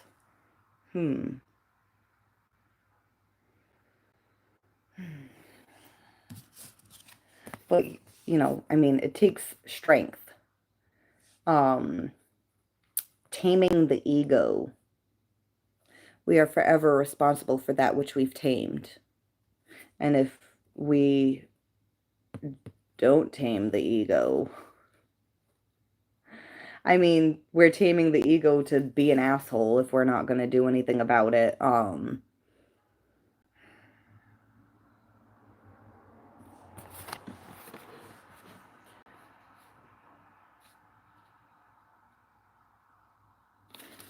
I'm just like picturing like this woman showing the lion that it's okay. It's okay.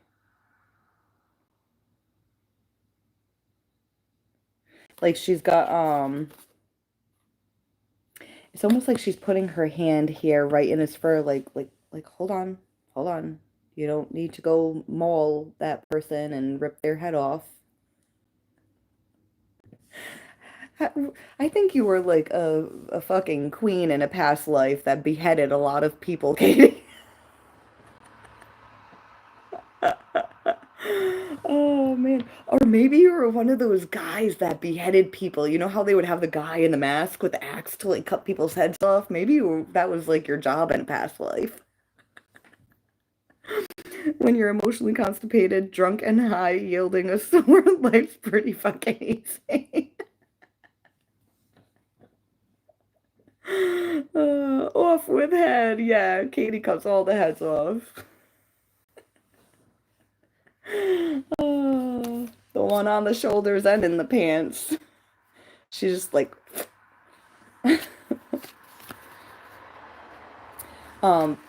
but strength came out between these two. It's like there's this new belief to add to the construct, to the structure of your life, to your system, the system to the programming.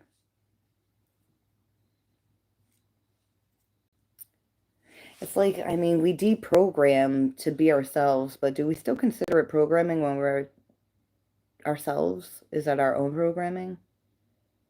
Or are we just not programmed at all anymore? I don't know. I'll have to think on that. Anyways, back to the reading. Um, so it's like you need the strength to get from here just being set in the ways to get to the other side. Um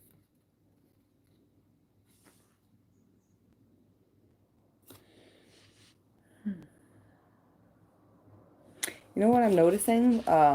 Because at the bottom of the deck we have the Three of Pentacles, and then that with the Four of Pentacles and the Ace of Pentacles, that would make eight. Eight Pentacles. Hard work, dedication. And then strength is eight. Which makes me think of the infinity symbol. Now, the infinity symbol, if you untwist it, it's a circle, it's a cycle over and over and over and over again. You have to twist it, you have to flip it.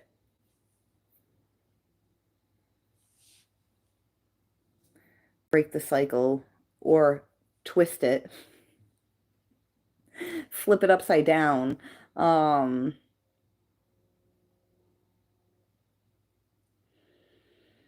Do what you normally wouldn't do. But within reason, I've got to add that, but within reason, because we don't want to do anything too crazy.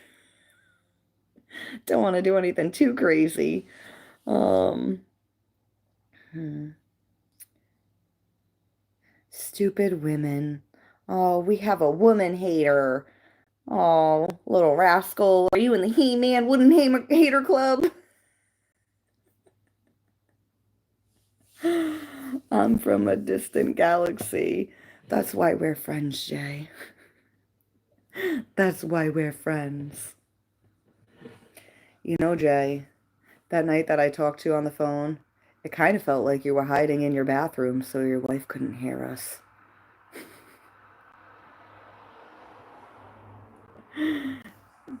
Got email? What?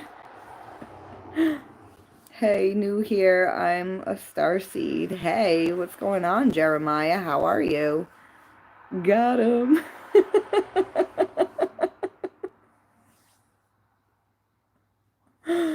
Uh, wait, were you trying to say got him and autocorrect put got email? Uh, we in a program, Lenny Live. Um,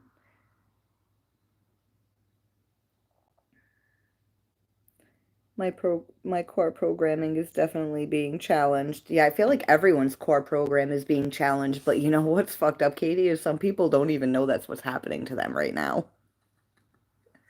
But that's because people are like so programmed, they don't even realize like that their fucking like soul is screaming to them. Their fucking spirit is just like, ah!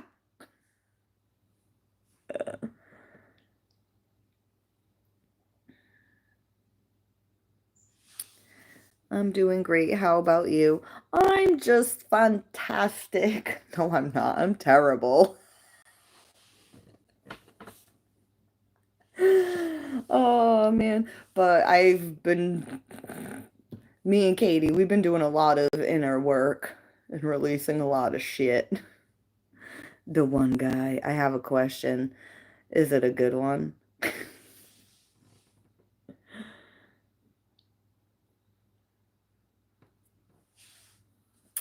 Gotta be more convincing than that.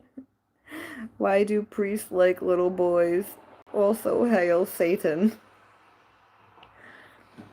I don't know. Why are you concerned with what priests are, why priests like little boys? It shouldn't matter why they like them. All that matters is that they fucking do, and that's a problem. Oh yeah, so K-pop demon hunters, guys. The main character, like, she's got... Like the all the demons have these like marks on them and they call them patterns. You like that? Patterns? You know, like how we have patterns in life. Um, and as long as we continue those patterns, if they're toxic, then our demons start to take over. And then we feel like shit. And then we beat ourselves up. And then we don't fucking do what we're supposed to. And we do everything fucking wrong. So I liked how they really there's so much fucking symbolism in that movie. Hella toxic beat. Um, so the the patterns that they have represent the fucking being a demon. So there's the main character, like she has patterns, but like other people don't know. She hides them. She keeps them hidden. Um, and because she keeps them hidden and she keeps lying and covering it up and she's not being who she is, they get worse and they start to spread.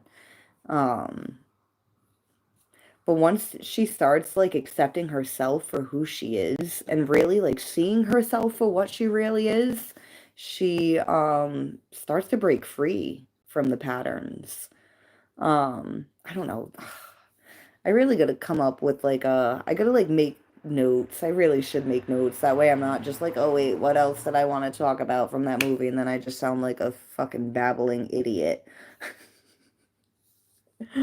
Um, but yeah, so the K-pop Demon Hunters, they're a singing group and they know that if they keep singing and raising the frequency with their fans, that it keeps the demons hidden below this like they call it the honeymoon or whatever, and it's like this like an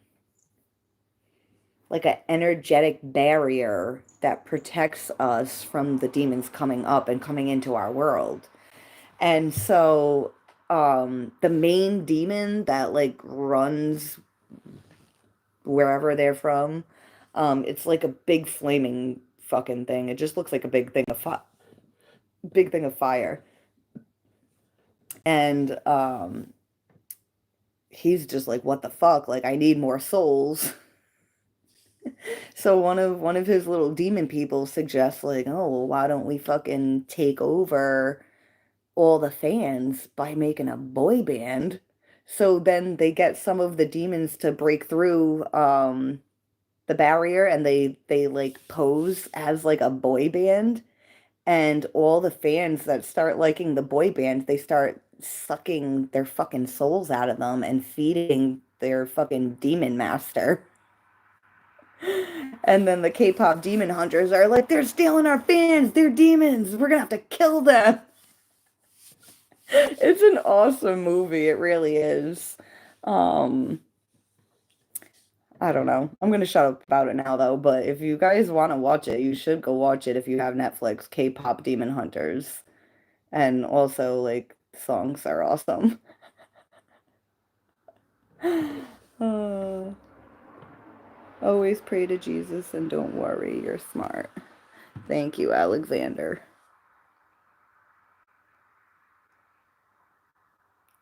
I'm not hiding, now I'm shining like I'm born to be. So you are watching it, Jay.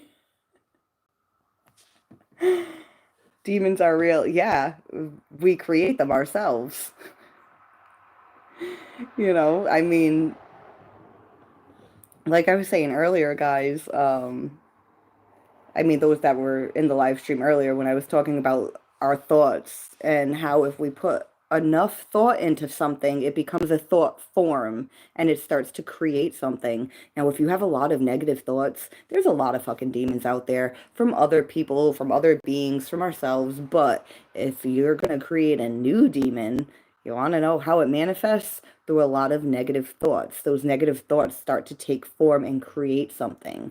And then that just stays in the fucking ether, astral, whatever the fuck you want to call it. And then it starts to come towards you anytime you're in the frequency of it. And then it just starts to friggin' like take over. It takes over. Right, kitty cat? Right, my kitty? Don't leave me. I love you. Why? Why do you leave me? She'll be back.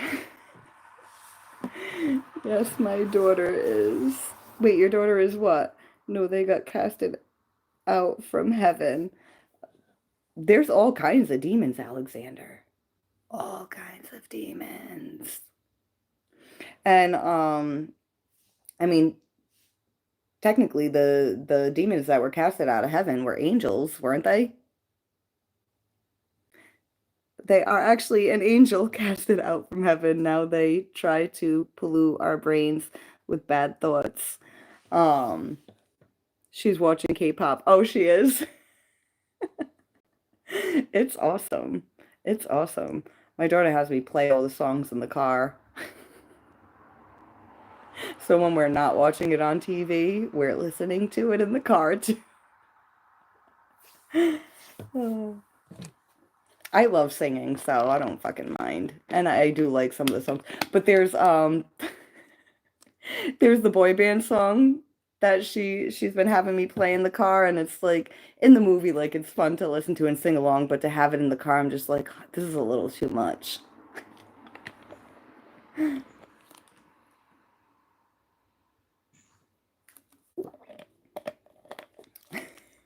Now I can hear it in my head. You're all I can think of, every drop I drink up. You're my soda pop, my little soda pop.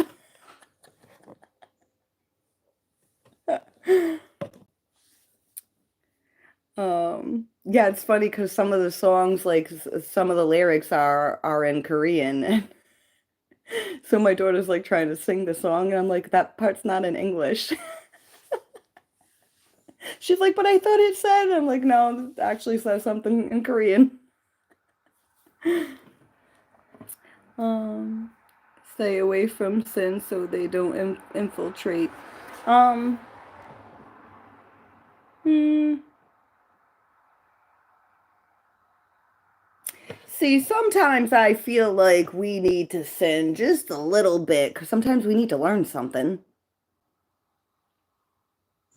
And sometimes the greatest lessons that we learn are through doing stupid fucking things that have shitty consequences. Oh, um, don't learn the hard way. Yeah, but we're humans. We have to learn the hard way. We're fucking stupid.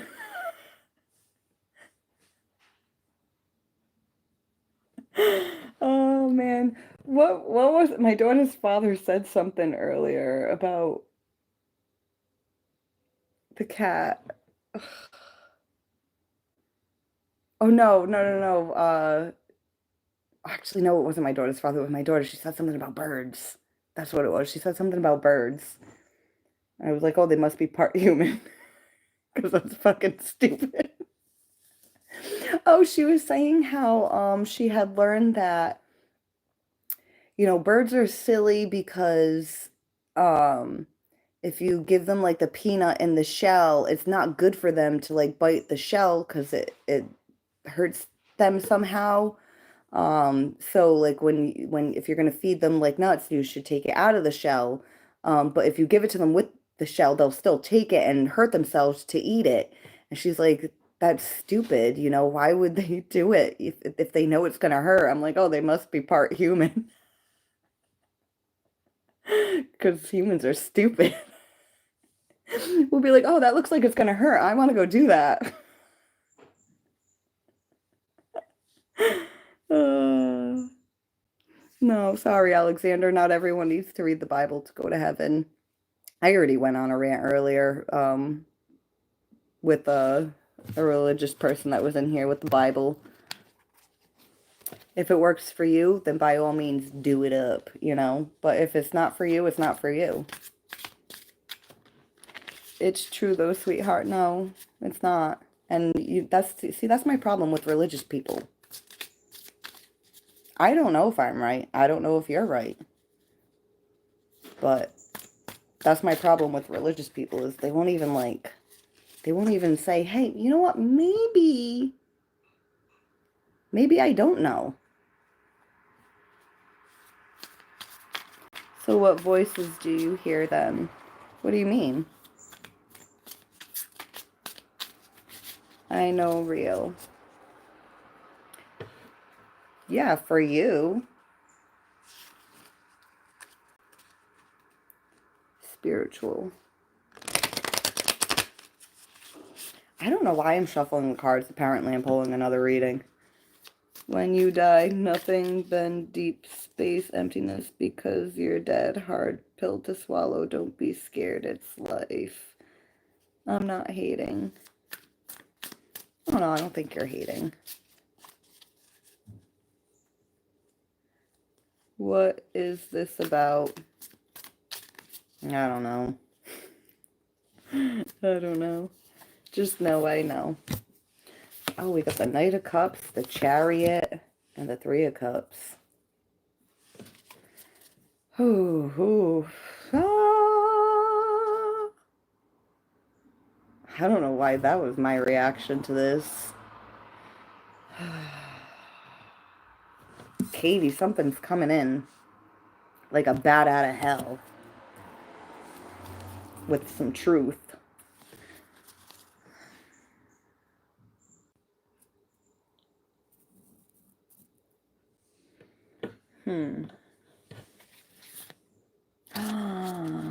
Katie. I hear a very clear and distinct voice telling me tequila makes everyone happy. What that mean?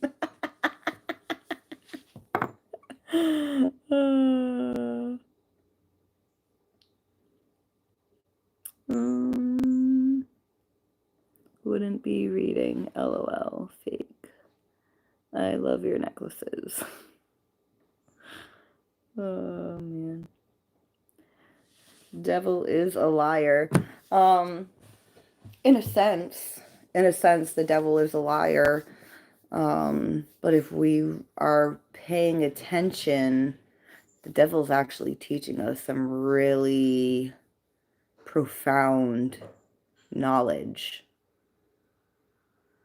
But we have to not be tricked by whatever temptation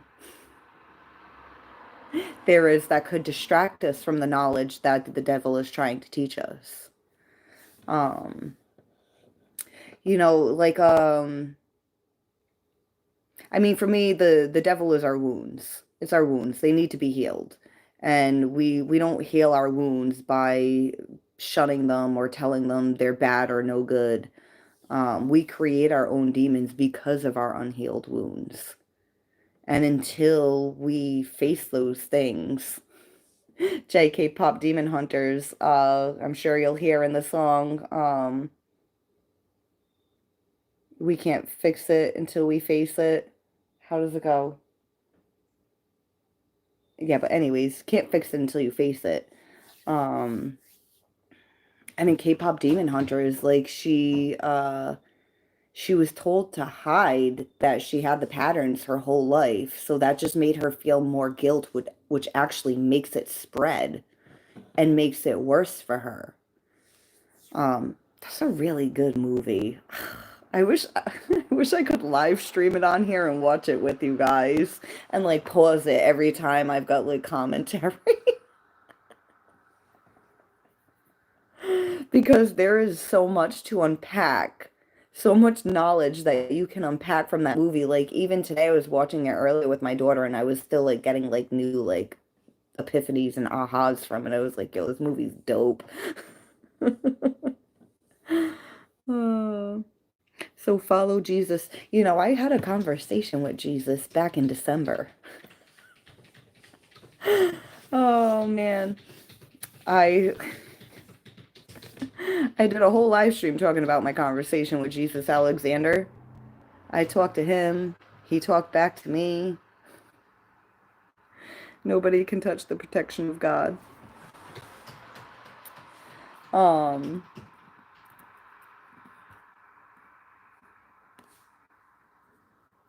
this reality is so much more than humans realize it is. That's like like a repeated thing that comes in my head when I'm on the live stream and we end up in these conversations is that like anything that you or I can come up with or what we were taught or what we learned of what reality, what life, of what existence, what God really is, the knowledge that we have is nothing, nothing compared to what's really out there in existence. Like it's too much for a human brain to grasp and really understand. I believe in you. You're an awesome person. Thank you. Someone is high. Actually, I'm not.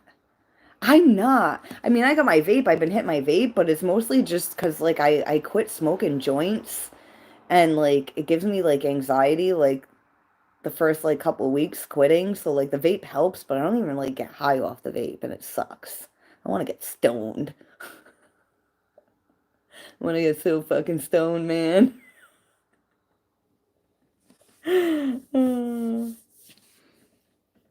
um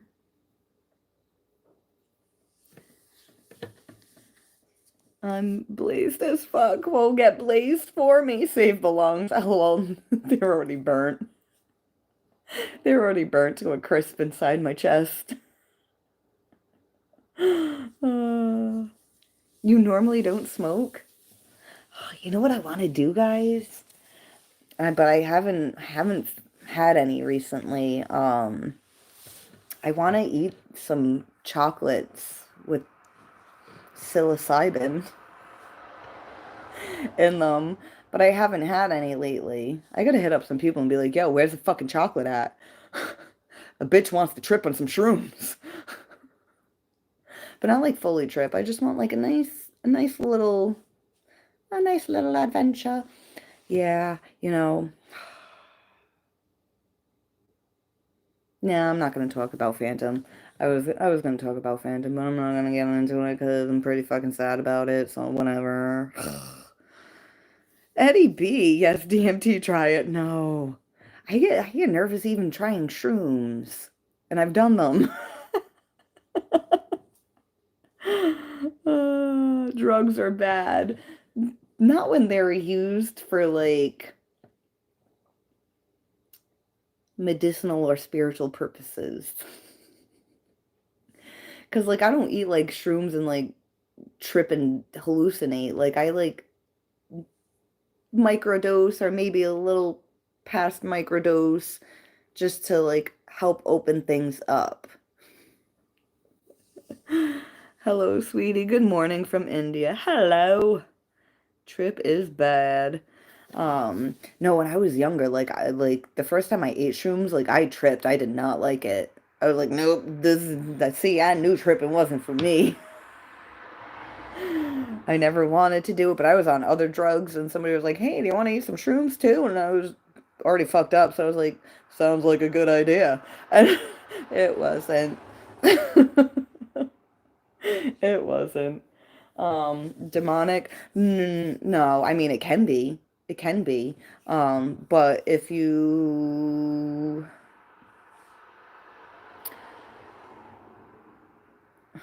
sounds weird because I know a lot of people that watch my channel have I don't know. I just sound like a weirdo when I say like you set up protection and you go in like as if it's like more like ceremonial than oh I'm doing drugs. How was your day? Hmm. Like every other day. Like every other day. I was I was talking to Katie recently about I've been reading into one of my diagnoses. It's fucking crazy. I'm 39 years old. I have like fucking list of things that I was diagnosed with when it comes to mental health my whole life, and one of the ones that I was diagnosed with as a kid, like no one ever really explained to me what it was. I mean, borderline personality disorder, it sounds pretty self-explanatory. It's like, oh, I'm crazy, but I'm not. Like, I'm borderline. That's not what it is. No one fucking explained it to me. They were just like, you're this and you're that, and here, have some drugs, and um, they didn't fucking fix me. They just sedated the problem. That didn't help. Um, But for anyone that has ever been diagnosed with it and doesn't know what it is, or has heard of it, or knows somebody and doesn't know what it is, borderline personality disorder is actually borderline between neurosis and psychosis. So it's not borderline between crazy and not crazy. It's borderline between a little crazy and really fucking crazy. And I'm like, oh, okay, yeah, this kind of makes sense. And then I was reading about how like frequent crying is a common symptom of people with borderline personality disorder. And I'm like super sensitive to energy. So it's like even if you don't fucking give it a mental illness diagnosis, like energetically I'm sensitive. Someone doesn't even have to tell me they're in a bad mood. I don't even have to see them to know they're in a bad mood. They can just like be in the house and I can feel it.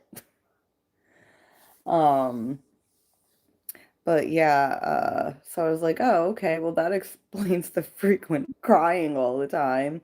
And then I started watching this chick. Oh fuck, I gotta look up her name so I can, because she has a YouTube too. Um, so that way, anyone else that's interested in watching her can watch her. But I was like, oh my God, like this girl's like kind of pretty much explaining how I feel like on a daily basis.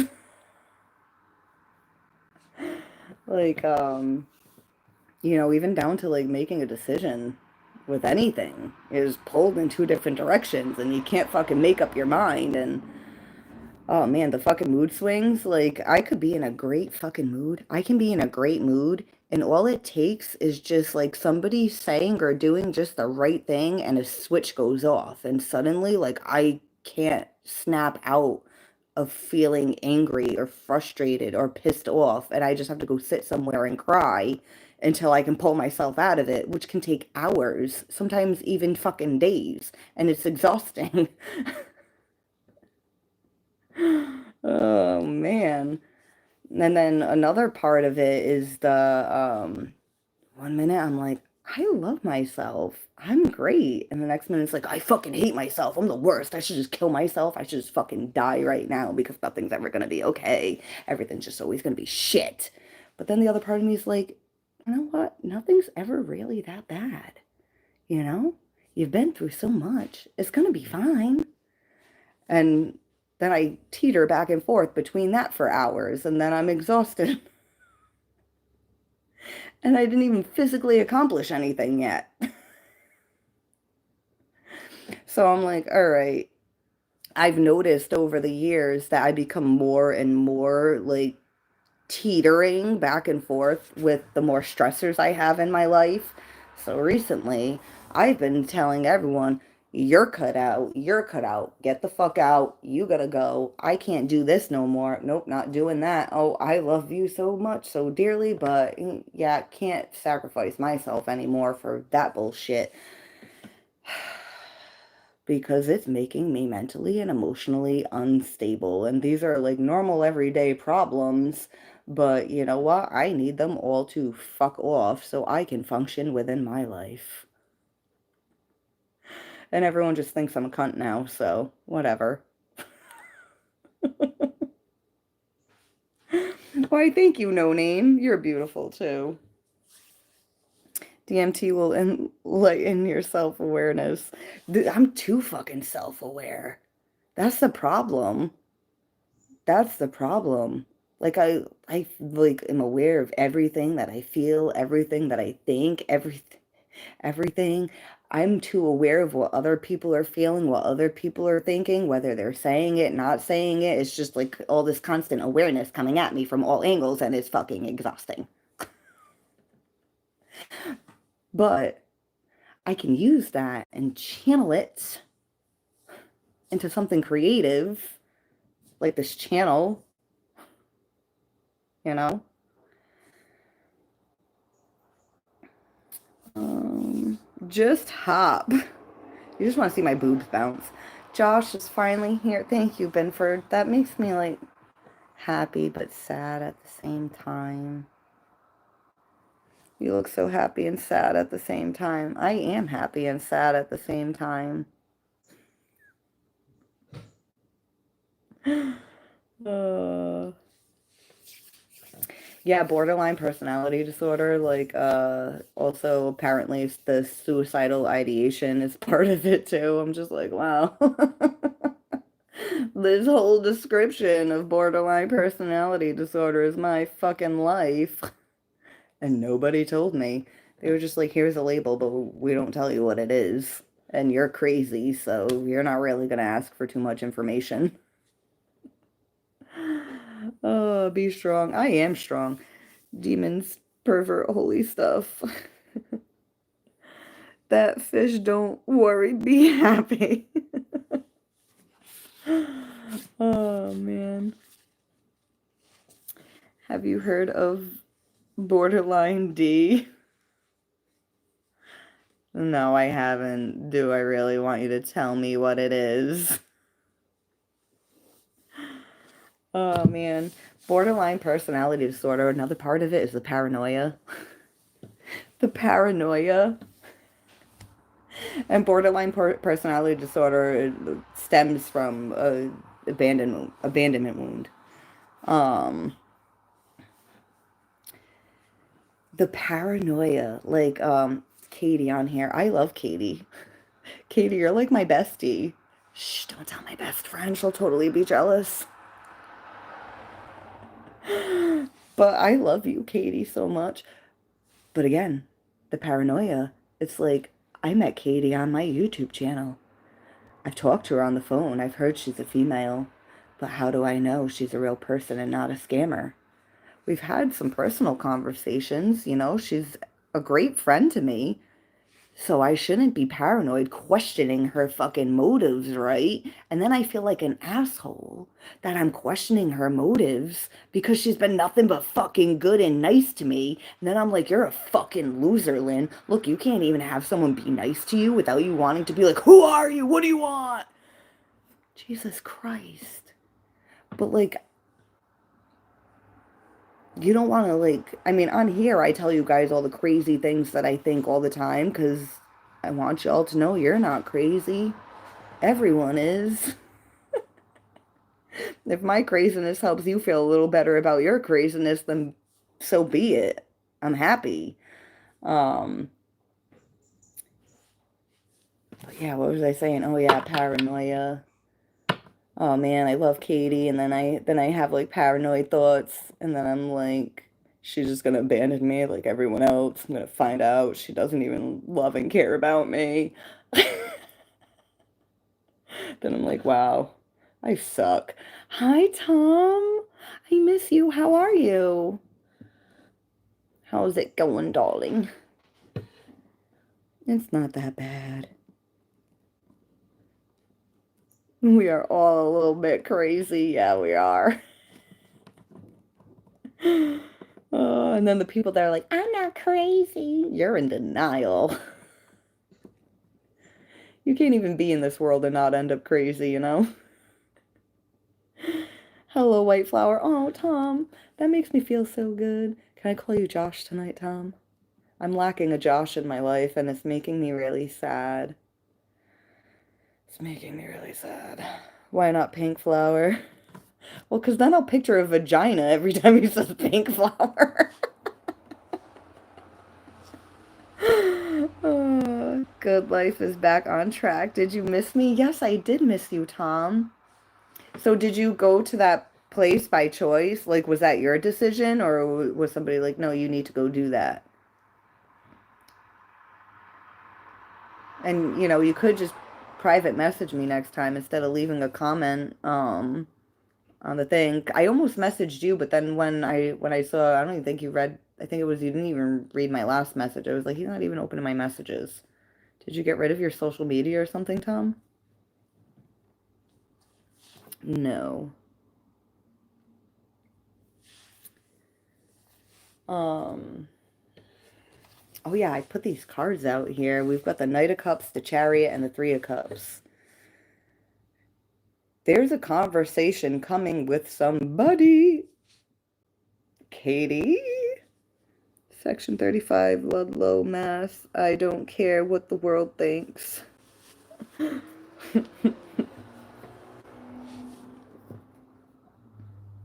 Backyard, how presumptuous of you to assume we are not well versed in these things. Oh. Bye now, Jesus loves y'all. I am real, you're not an asshole. It's good to be cautious. I'm not offended. I'm not going to abandon you. You don't suck. Well, see, that's why I love you, Katie, because see, it's like, you know what? Like, it's like I hide that aspect of myself. There's a version of BPD, borderline personality disorder, called quiet BPD. And I mean, all people with borderline personality disorder, I mean, every person, even without borderline personality disorder, we all mask. But people with BPD, they tend to mask more because it's like, you know, I'm such an emotional person. If I let people see how much I cry, nobody would want to be around me. Even if they love me, it's like that's exhausting. She's always crying. Like there's nothing we can do to make her feel better. Like other than just sit there and be like, you know, it would be overwhelming for people if they had to deal with how much of myself that I have to deal with, you know? So it's like I have to mask it. But when I get really stressed out, it's hard to keep the craziness hidden. And unfortunately, my daughter has seen a lot of my mask slipping over the past couple years. So I'm going to be taking her to therapy and nipping that in the bud. She's aware mommy has issues, and she's aware that when someone has issues, we have to take care of it. So I'm not just telling her that, I'm showing her by following through. Oh, hold on, let me go open the door for my kid.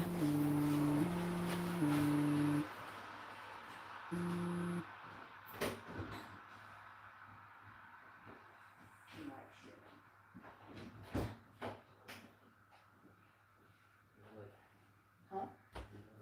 Yeah. I'm back. What was I saying? Oh yeah, Katie, I was gonna say,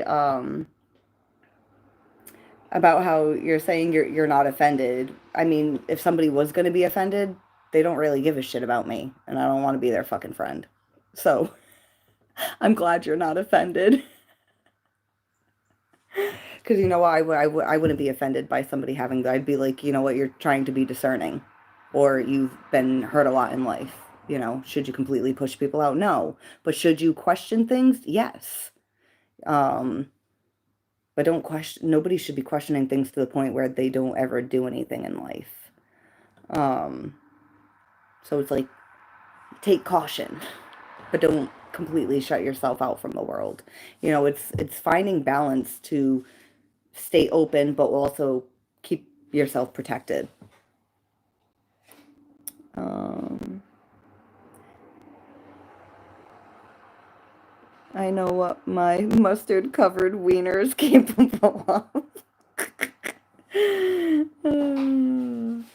No, no name. No. I mean, I did get up, but that wasn't for you guys. Lenny, tell me more about this conversation. Oh, yeah, I'm going to finish pulling on this. David and Goliath. David and Goliath. You know,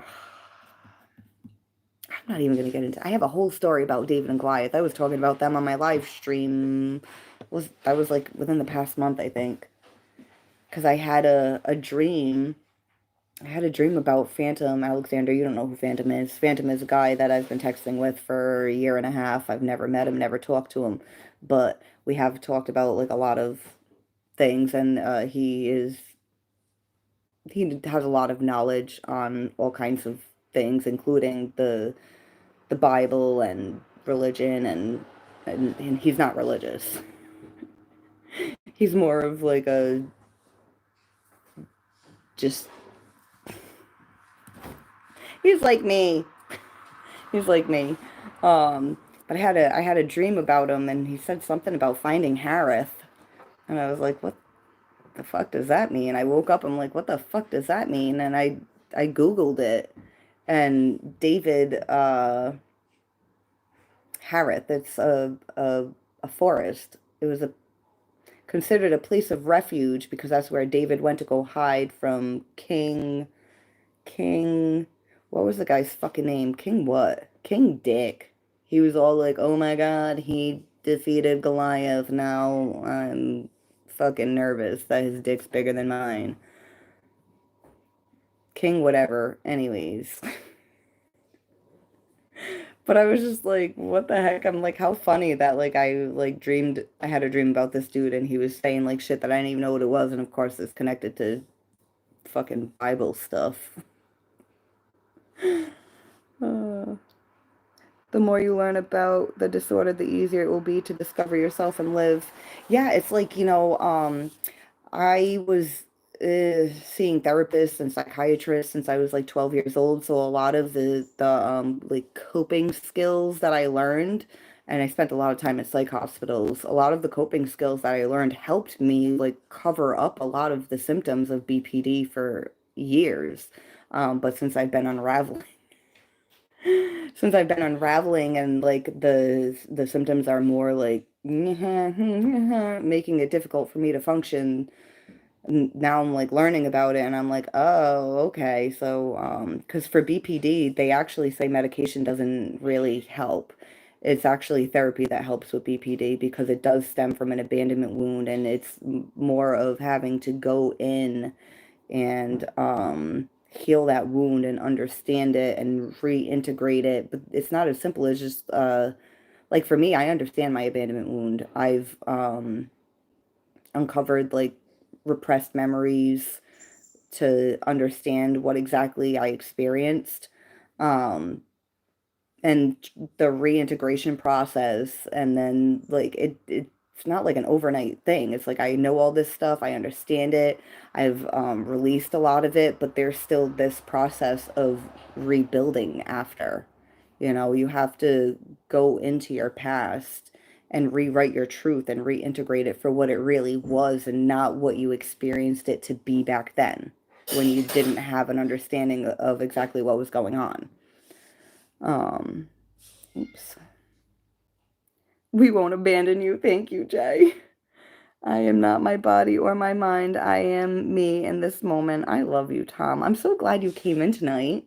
It took you like 2 hours to get here, but I'm glad I stayed on long enough for you to come in. Do you love your kitty?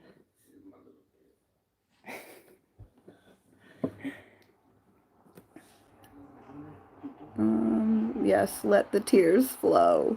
Cry baby. I know I feel like a crybaby sometimes. I'm like, oh, I can't stand myself all this fucking crying. Like, I don't even need a man in my life to be annoyed with me. Hate all my crying. I'm enough man in my life to myself. Build a bridge and get over it. No, I gotta build a boat and fucking float somewhere in this river of tears that I make. It's allergies. Yeah. Yeah, it's allergies. Okay, I am the Queen of Swords. I can make you cry. Wanna see? Oh man. May God bless your financial status in Jesus' name. Jesus loves me. Jesus is like, don't worry, Lynn. You're gonna get dollar bills, y'all, and you ain't gonna show him your boobies.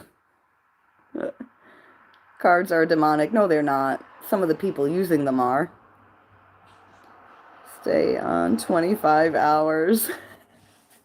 I should get one of those, have you guys ever seen those like things you can put it like around your neck and it comes around and it can hold your phone so you can be like hands free and it can be like right here in your face. I'm gonna get one of those and just walk around talking to you guys all day. To you guys in the bathroom when I shit.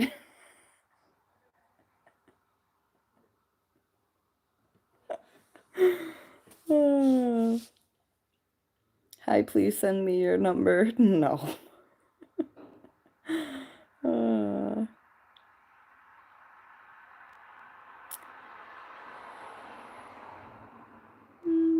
I try to help. Please don't be mad. If you renounce demonic, door will be closed. Oh, honey. Maybe in your world, but whether I have these cards or not, life is still gonna be life. And you know what? I don't mind connecting with the dark side because somebody has to help others that are struggling with it, others that are getting pulled into it and they don't know how to get out of it. People like me will go into it on purpose to figure out how to get out of it. I mean, not always on purpose. At first it was just life, but now like I'll go into shit on purpose to get a better understanding of it because it not only helps me, but what I learn from it can help other people as well. So I don't mind getting myself into some shit to learn some shit.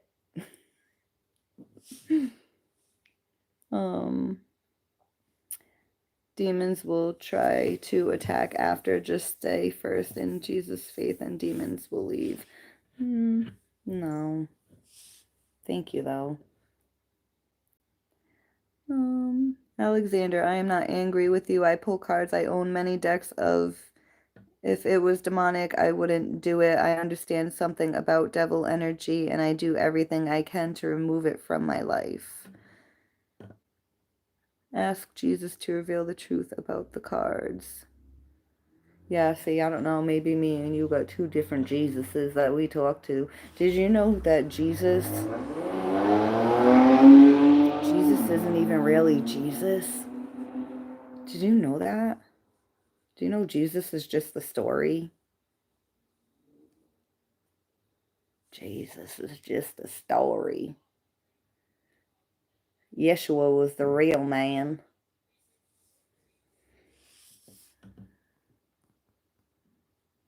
Hi, sweetheart. More health and life. Hi, Rasta Charlie. How are you? It's so lovely to see you here, darling. We will be here. Yeah, you fucking will. My necklace looks pretty. Yeah, let's cover my boobs real quick so we can get closer. Do you guys like my new eye charm? It's pretty, right? You know, so when my eyes are closed, something's always watching. Rasta, how have you been, kind sir? The worst demon is in our own mind, exactly. But the demon in our mind is rooted in a trauma. But a lot of people don't remember their trauma. Always kind, my beautiful. We love you, Rasta Charlie. It's always nice energy when you come up. Actually, great energy when you come up in here. I don't want to use the word nice anymore because what did we learn about the word nice? Google what nice really means. What it originally meant. Then the English language wants to try and lie and say it's something different. It actually means ignorant and unaware. And Rasta is not ignorant and unaware, so I'm sorry, I just used the word nice. I should slap myself for that. Your neighbor is live streaming right now talking shit about you. You heard the car. Oh, what, my son? No, he was calling my phone. You need to sort him out. Working hard. You said what? Rooting for Obama. Who said that?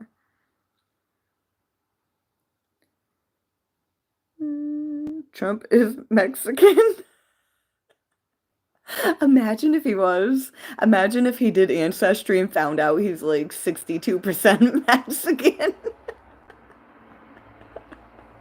We would deport him. We would deport him. Yes, the things that he's doing right now, like someone from where I'm from who's lived here their whole life is married. They're trying to deport him. I don't know him personally. I just had seen on the news that they caught him outside he had like a traffic ticket or something, and ICE was waiting outside of the traffic place to scoop him up to be like, we're gonna deport you. And it's like for like I've been here my whole fucking life. I'm fucking remarried. I'm not remarried. I'm fucking married. Like what? I came here as a kid. Been an adult for a while here. Uh, Nice is when eat something. I like your dark confidence. Thank you. Rasta, please save us from all these attacks on our cards, man. We catching it tonight. So we're always catching it some way, Katie. It's all a cover up. Oh, Sigma wants me to zip my hoodie up. Dude, it's hot in here, honestly. I'd like to take it off, but like fucking yeah. I'm sure you are. Nice laughing. Take it off slowly. Just like real slow, Jay. Jay was like, oh my God, is she? She's gonna take it off. No, no. All right, Katie, we got some truth here. Some truth coming in. And you know what's interesting about this chariot card? You know how on the chariot it's usually like a white horse and a black horse, or they're trying to go in opposite directions? These horses are both the same color and they're both moving forward.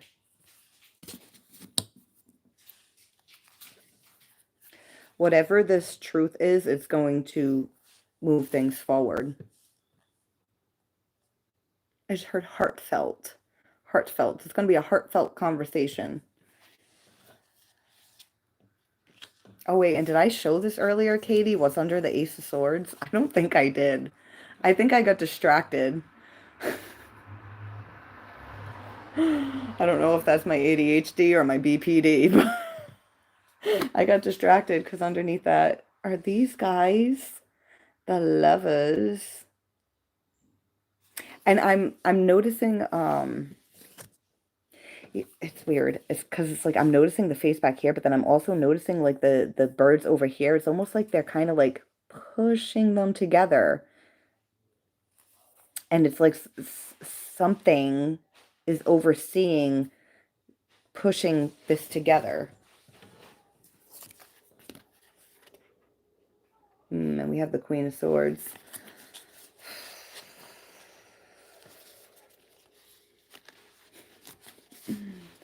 And underneath the Queen of Swords is Strength card. And then under that is Temperance. Yeah, so the Queen of Swords energy is, you know, trying to have the strength to stay balanced, to stay balanced.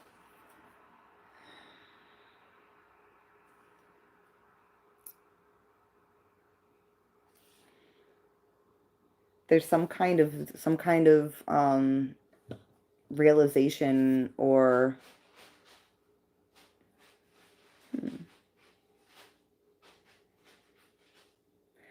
I'm being drawn to the end of the sword. It's almost like it's dipped in gold.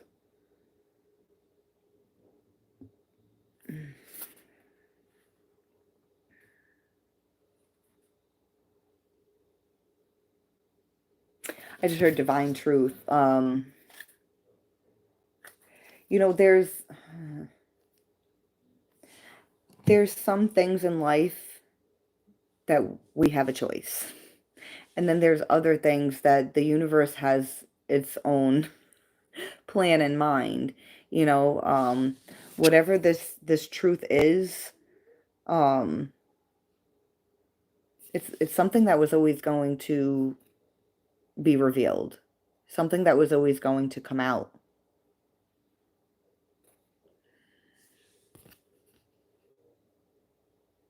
Like it's like a faded truth. You know, like but now here's the thing. Even if this was going to come out no matter what, you still have a choice on how you're going to take in that information and how you're going to respond to it. Hold on, I gotta be right back. I gotta check on this kitty cat.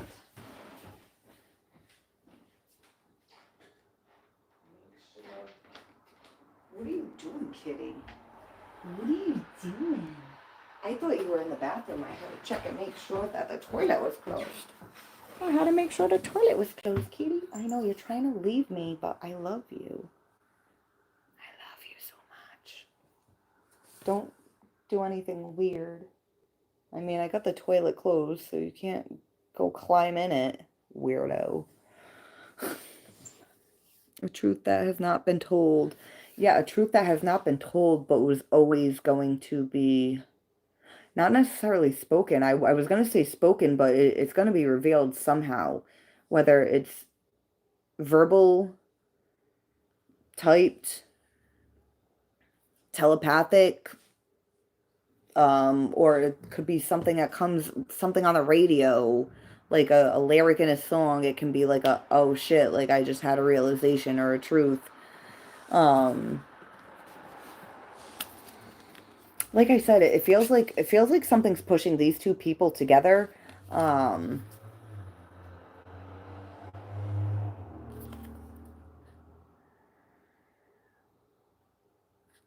it's not like I'm noticing the swords being pointed down. It's not like up in the air. Like it's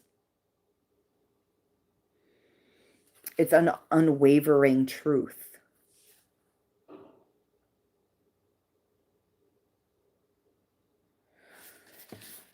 Um, all right, let's, you know, I'm gonna, okay. All right, I'm going to, normally I clarify like over here first, but I'm going to clarify in the center first. I don't know why. I'm just going to go with whatever I'm being guided to do. The Chariot.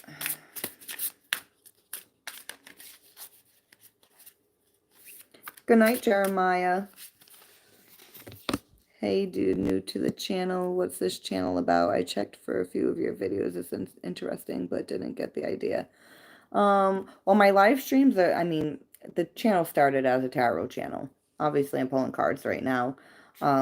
But my live streams, they tend to, sometimes I don't even pull cards. Sometimes I'm just rambling and talking to everybody. Some truth revealed, but you're in a power. Oh, shit. I'm talking about a truth that's going to be revealed, and we got the Seven of Swords. This is the guy that holds all the truths but doesn't reveal them. He conceals, he hides. He shies away from, you know, saying things.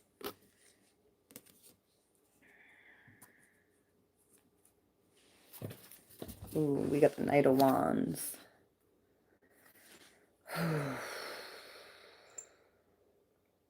Didn't I say coming in hot? Because I pulled these cards a while ago and then I was rambling and forgot that they were here. Katie, didn't I say coming in hot when I first pulled these cards? Because I remember looking at the Chariot and saying, coming in hot like a bat out of hell. That's what I said, like a bat out of hell. And then I looked at the two cards on the side and it's a Knight of Cups and a Three of Cups. And I'm like, why am I saying bat out of hell? Coming in hot when there's all this cup energy around. Um, And now we're clarifying the Chariot, and we've got the Knight of Wands. The Knight of Wands comes in hot. I just heard and hard.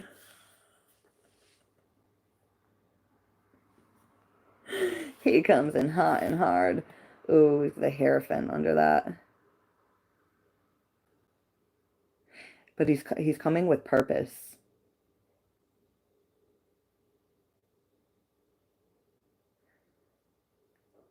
I just heard truths revealed, I can't lie. But this isn't necessarily someone that lies. Just somebody that doesn't say everything, or maybe even anything. It's like this guy is, these swords represent thoughts, words, communication, but see, it's like he packed it all up and was like, yeah, I'm not going to say anything. I'm not going to decide anything. I'm not going to think anything. I'm just going to take all these things and take off with them. But that's not happening anymore. Because we also have the Nine of Pentacles. Nine of Pentacles, Nine of Pentacles can represent independence, freedom.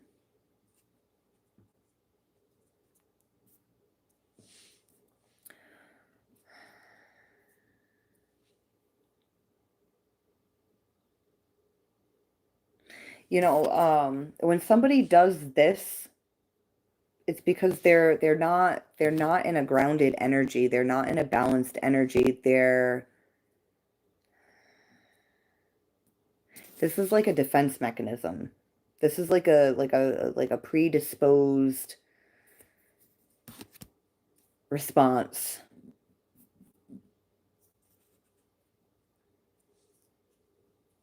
I can't, uh,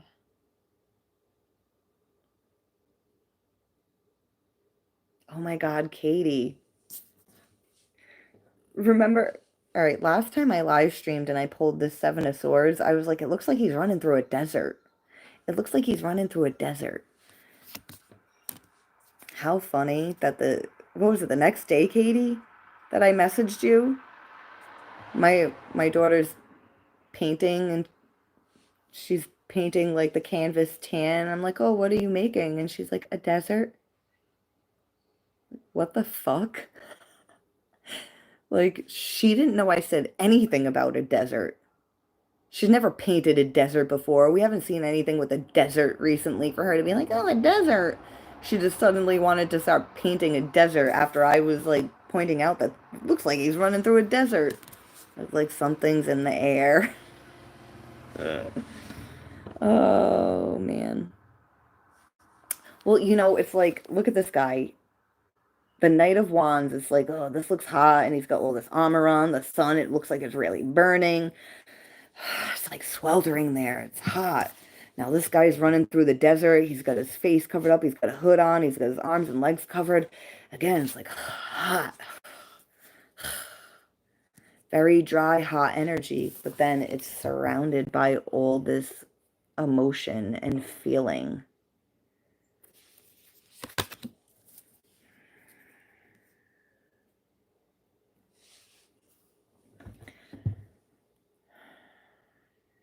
I just heard the floodgates are open. The floodgates are open.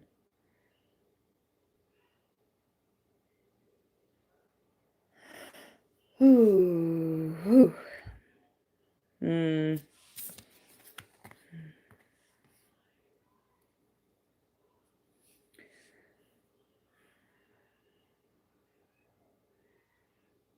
I almost feel like this guy's gonna lose his footing. Like, I almost feel like he's gonna trip soon. He's gonna trip soon.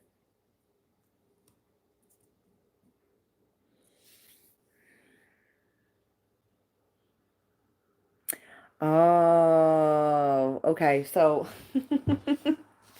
if there's something that somebody's been holding back and not saying, they're gonna trip up soon. Like something's gonna slip. But that's because there's all this fucking feeling and all this emotion here. It's almost like they're coming in this energy but it's fueled by all this energy.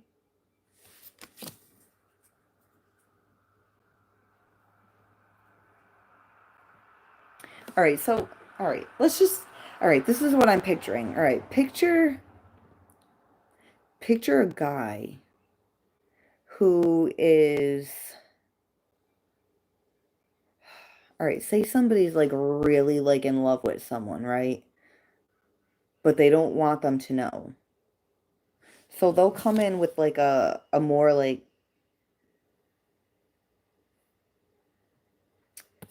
maybe a sexual energy or just, some kind of passionate, inspiring energy. Just some kind of fiery energy. But that's like what's on the surface, but underneath all that is being fueled by all this emotion. And so it's like like he's making his move. He's making his move, but he doesn't he's like trying to take action without like these feelings being known. But he makes a mistake. He slips up. He slips up. He trips up and he drops this Ace of Swords. Oh my God, look, it's the fucking Ace of Swords pointed down and it's got the gold tip. Just like in the Ace of Swords. He drops that fucking sword. He drops that sword. I don't think he means to. I think it's just, I just heard a byproduct. Byproduct of the energy. Oh man. Looks like a love triangle. Many won't be able to keep up with certain growth. Truth is coming out. Yeah. Some people can't handle the truth. Even if it's a good truth. Sounds like he is juggling two ladies. Hey, maybe he is. Maybe he is. I actually have a relationship like that happening right now. Oh, shit. Wait, are you the one juggling two ladies? Yeah, it's leveling us up. Yeah, most people look at these things like, all right, I mean, say you fucking dropped the truth that you didn't mean to. You're like, oh shit, I didn't want them to know that. But it slipped for a reason. It slipped for a reason. It helps us level up. Well, it can. Life tries to guide us. Like I was saying with that Ace of Swords earlier when I had it out, and now we've got the guy that's always hiding the fucking truths. He's holding that Ace of Swords, and it's in the same position with the gold tip on it, just like the Ace of Swords that I was talking about how it's something that was always going to be revealed, some truth that was always going to come out. Like it wasn't going to be hidden forever. It's like divinely guided to come out regardless of what else happens here. This was something that was always meant to come out, whether anyone fucking wanted it to, liked it to, or not. Um,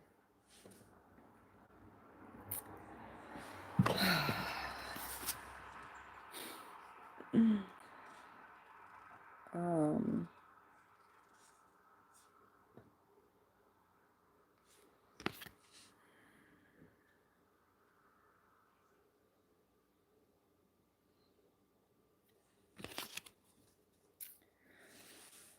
Rasta, big picture, everything is going to work out as it should, and it always does. It always does. Came from a toxic relationship. I said my truth, and he wasn't able to do the same.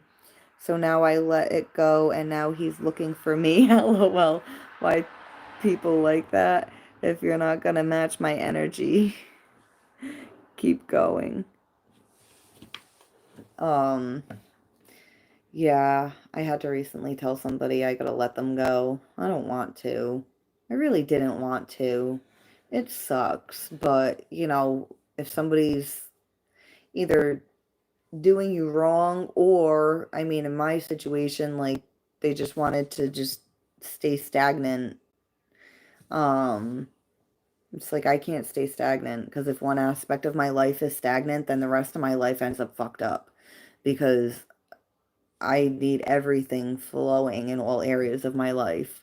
So for me recently, I'm making everything flow. It's making other people around me uncomfortable because it's lighting a fire under their ass. Um, and yeah, these times in life can be real, real fucking doozies. It's really hard too when you love someone, but they are not like moving forward either. Yeah, girl, same here. Yeah, it's like, this dude hasn't done anything wrong to me. He's just too stuck in uh his pain from the past. It's like I'm not your past. If anything, I'm someone that's gonna help heal and elevate you. But, you know, um you can be a fucking you could be a fucking shooting star out of this Ace of Wands, and if somebody's too wrapped up in their own trauma, they're not going to see it no matter how fucking bright you are. So it's unfortunate. Yeah, Phantom. I don't want to let him go. I don't. It's stupid.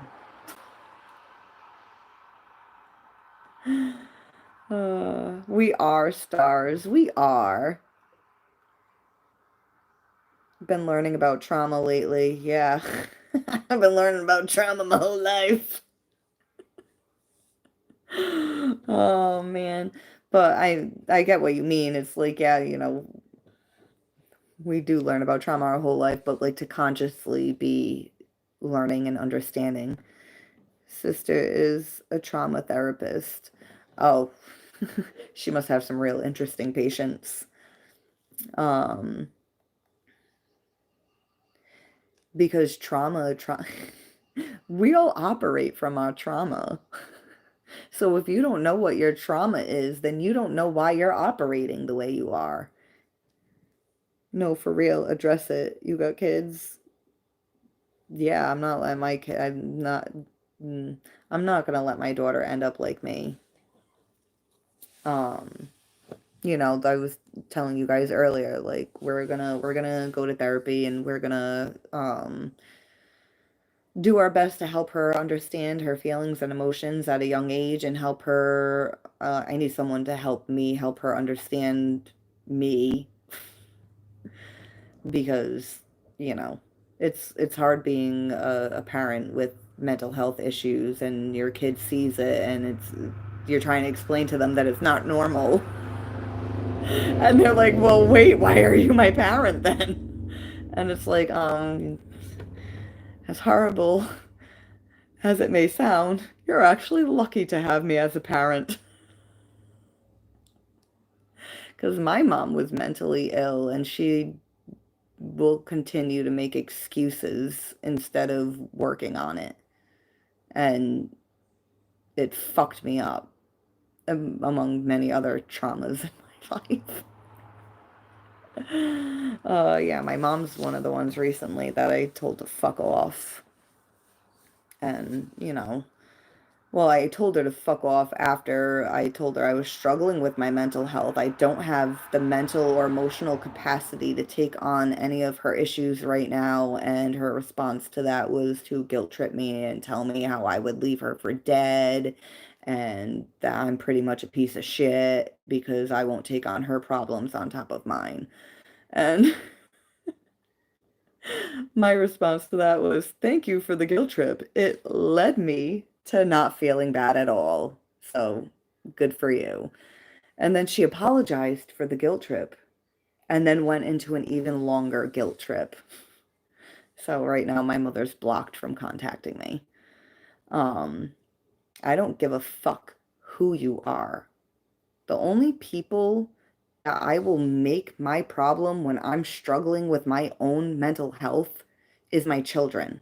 They're the only ones I fucking owe that to.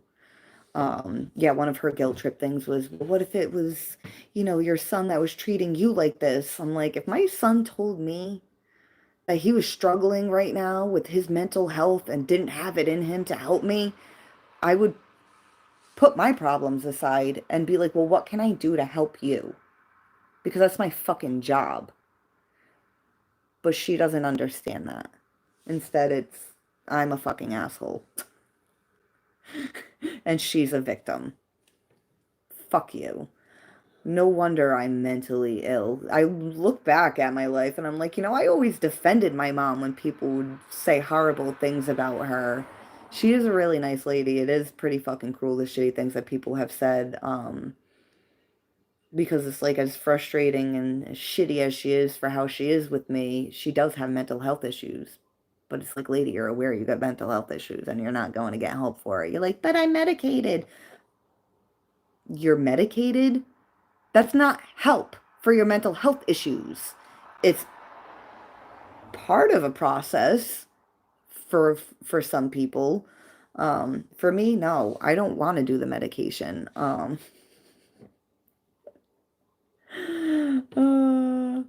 I was when explaining recently how everyone needs to just not put their fucking problems on me because I need to worry about myself because taking on other people's problems overwhelms me. I was then asked, well, have you been taking your medication? Like, whoa, wait, hold on. First of all, I'm not on medication. But secondly, I need to medicate myself so that way I can also take on other people's problems. I'm sorry, I'm not fucking drugging myself for other people. All right. It's like I'm not going to sedate myself into submission for other people. Like, no, because the things that people are trying to ask me for are draining of my energy, and I don't fucking have it, whether I'm medicated or not. So it's just it's frustrating when people just always assume a pill is the answer. In some cases, yes, medications, they're extremely fucking helpful. There's been a few times in life where I did go on medication for my mental health and it really did help. But I also know that I have been able to get myself to a good place in life without medication. So now that I'm also learning about my mental health to the extent that I am now, like my borderline personality disorder diagnosis, which I was given when I was like fucking 12, and no one ever explained to me exactly what it was. Now that I'm getting a better understanding of it, I'm like, oh, whoa, wait, okay. Normally, yeah, people need to alleviate excess stresses from their lives if they can. But for someone like me, even more so, because if I take on the responsibilities of all these other fucking people and all their problems, then I don't take care of my own responsibilities. Shit, I won't even fucking put myself in the shower if I have too many other problems of other fucking people. Like, I can't be doing that. So, if somebody wants to make me feel like shit because I don't have it in me to be there for them, then they're a fucking asshole. And if you happen to be the person that gave birth to me, then you're a fucking asshole too. Like I don't want anyone accepting people crossing their fucking boundaries. Learn what your boundaries are. For me, it's when I'm taxed, when I'm like over my limit and my with my capacity to take on stuff, and if people aren't going to respect that, like, yo, I've reached my limit and they can't respect that, they need to fuck off and they don't deserve my help in the first place. Um, so let that be a lesson to you all. Chemical straitjacket, basically. Yeah, yeah. Um, you got to be strong, build the strength without medication. That probably triggers it. Um,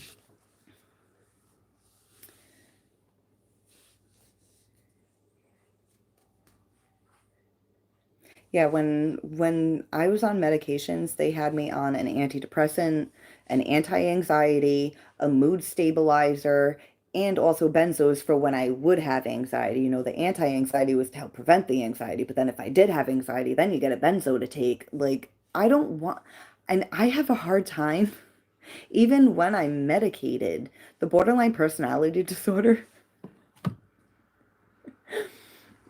it apparently it can make you kind of like scatterbrain too, because it's like it's hard for me to like I have to set reminder if I'm gonna be on a medication, I have to set a reminder in my phone, and if it's multiple times a day, I have to have a reminder going off on my phone multiple times a day because I won't remember. I'll forget. I'll get easily distracted. I mean, that could also be the ADHD. Um, who fucking knows? But then that too, it's like, oh, I gotta remember to drug myself multiple times a day, and that in itself is exhausting. It's like have functioned highly plenty of times in life without medications at all. So it's like, what do I need to do to get there?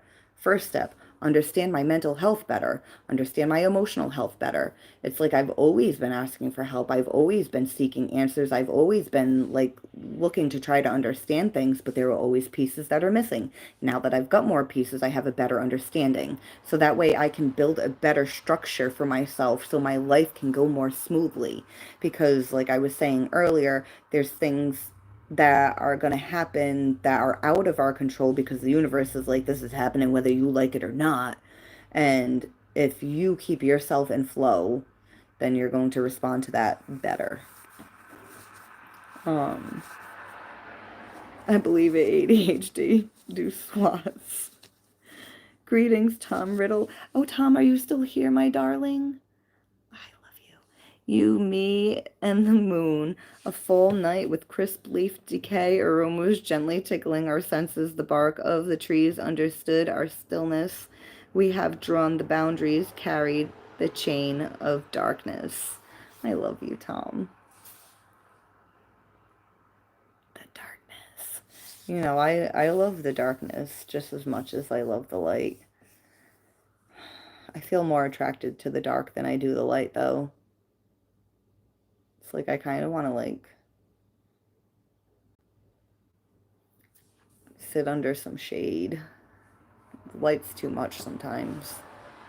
It's too much. But you know what I think that is? I wonder if that, like, stems from, like, life, like, on the other side, you know, when it's, like, higher frequency, like, all light. And then we come here to experience the dark. And it's like, oh, this is what the other side is like. This is how the other half lives. Uh, oh, do squats. Make it clap. You do squats, Jay. Make it clap. Although guys make it clap differently. They make it slap in the front.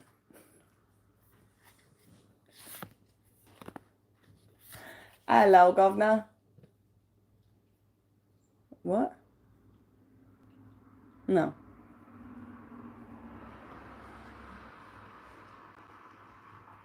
Do you want to say hi? Okay. You want the cat? No. Oh.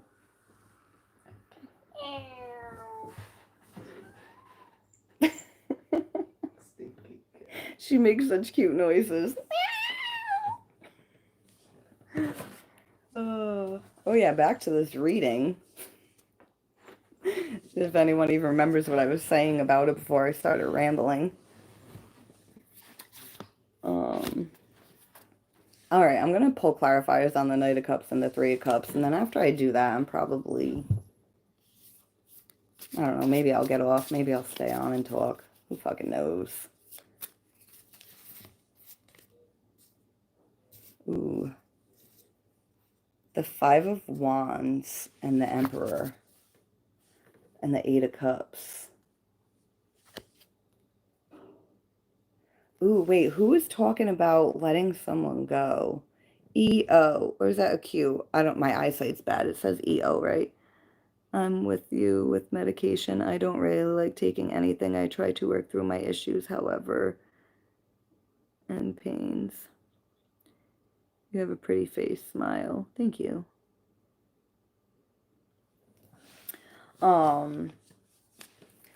We have this letting go. Letting go. Walking away.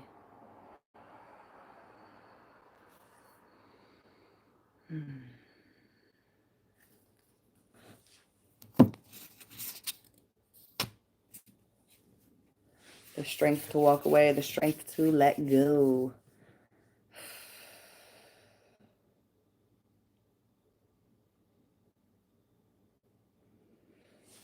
All right, now for EO, or maybe even for me, walking away and letting go completely, or Katie, you're not letting go of Sag or walking away completely, but there's things that you're letting go of that no longer serve you. Letting go of these things is probably what causes this energy to come in, and they slip up somehow, and I just heard spill the beans. They don't mean to. They don't mean to spill the beans. Hmm.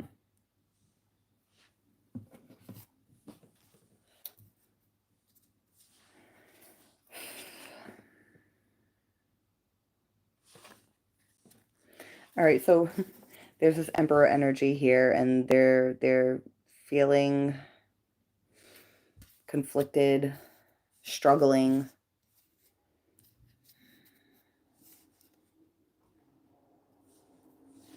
Because this Eight of Cups energy, because of this walking away, because of letting go of something.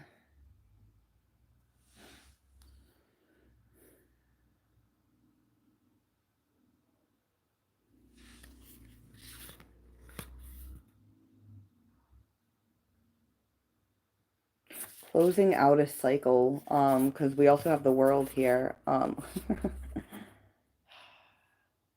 the Eight of Wands. Closing it up.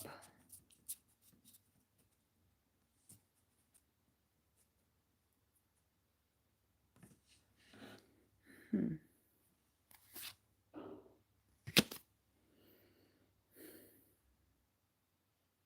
All right, so the Emperor is like conflicted, and then yeah, the Devil. But we've got the Three of Wands that would have been next, and then after that, the Devil was turning over with it when I was going to look at it.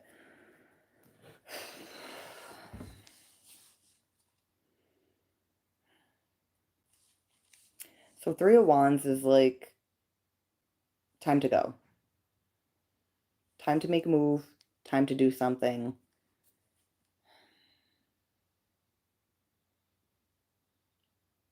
It's like if you got your car keys in your hand and you're walking out the door. That's what I'm feeling off, like the Three of Wands energy, like about to go do something. Something that's been conflicting for this Emperor.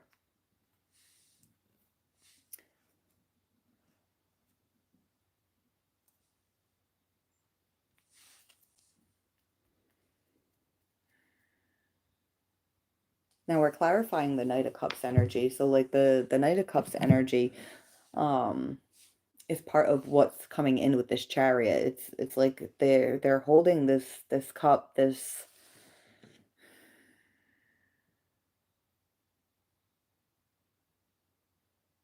I feel like there's a lot in this cup. I feel like there's a lot in this cup. Like I almost feel like this cup should be bigger than him.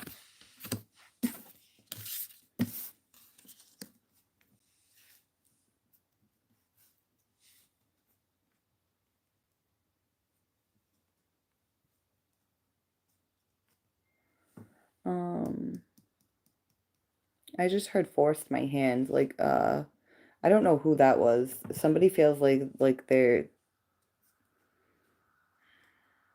being kind of like they feel like they're being forced to show their hand.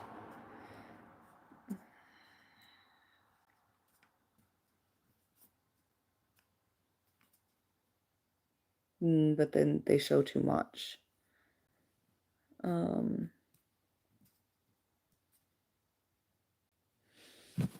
Hold on, let's clarify the Three of Cups. Because this Three of Cups energy is a conversation.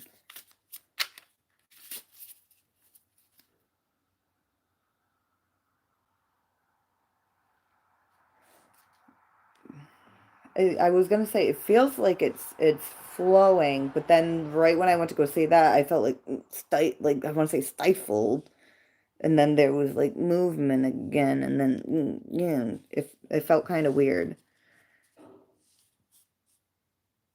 Um, Hello, kitty cat. All right, what is this Three of Cups?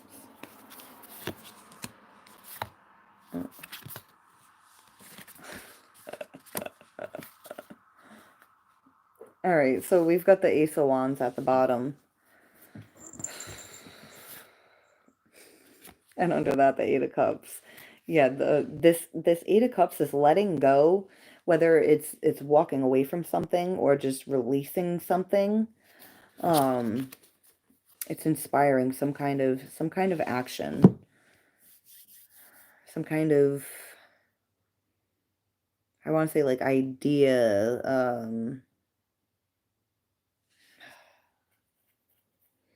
I want to say like some kind of like spark for creation. All right, so I ended up with 3 cards, and one of the cards is the Three of Wands.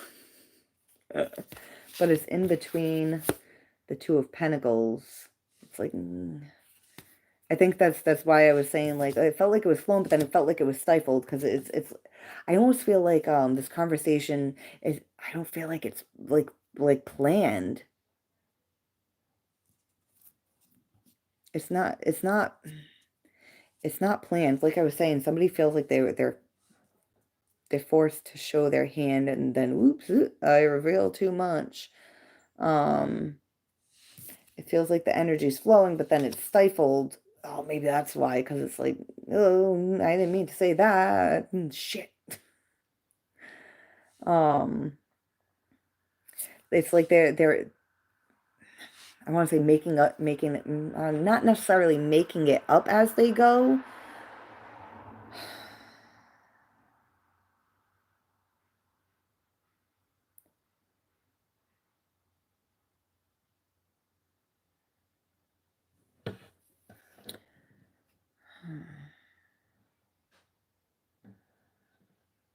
You know what's weird? It's like this is the Two of Pentacles, but I'm noticing around his neck is a pentacle.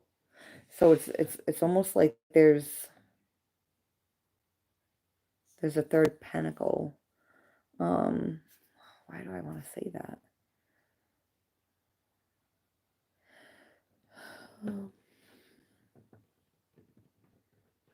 That pentacle's right over the heart, right over the heart center. What is that about? Oh, okay. There, it's like trying to make it up as they go or as you go, but keeping it from the heart. So trying to keep it real, but it's like they're also trying to not like reveal too much, but then oops. Oops. Let it slip.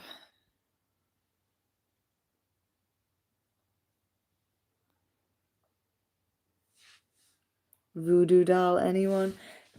Tom, when I have a store on my channel, well, I don't want to sell voodoo dolls. I want to sell healing dolls. You know, instead of buying a doll for you to like stab with pins, you buy a doll to heal it. Instead of like buying a doll and being like, oh, this is so and so, I'm gonna stab them with pins. Instead, you buy a doll and you're like, oh, like this is me. And then you can like give it like healing energy and like tell it things, reinforce like that it's awesome, you know, instead of Um,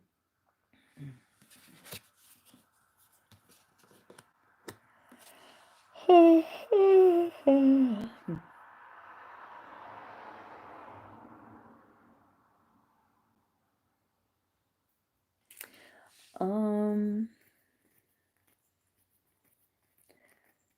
I feel I'm getting like the all right, so the three cups, it's like there's this conversation here, but it's almost like somebody's trying to make it so can move past the conversation. It's not just about this conversation. It's like this conversation is or this expression of emotion in some form is trying they're is trying to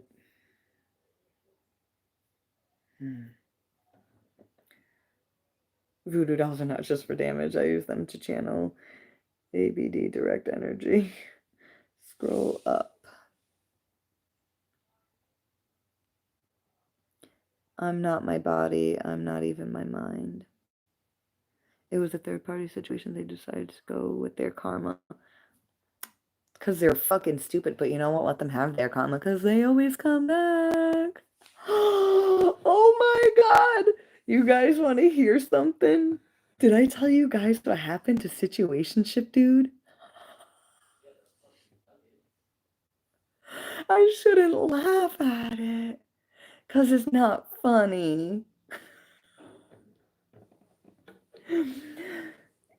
Yo, listen, I got caught up with Phantom is different than Situationship, dude. Phantom is the dude that I've been texting with for like over a year, and it's not gonna go anywhere, but he's a good person. He's just whatever.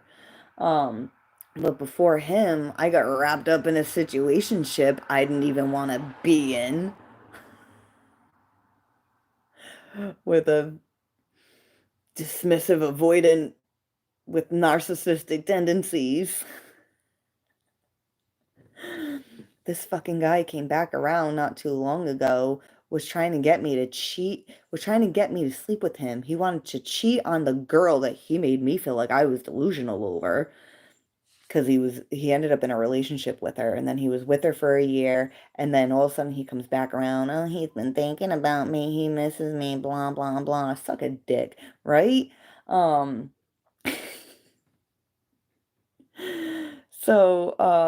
he wants me to fuck him behind his girlfriend's back, and he pretty much got set up and then shut down.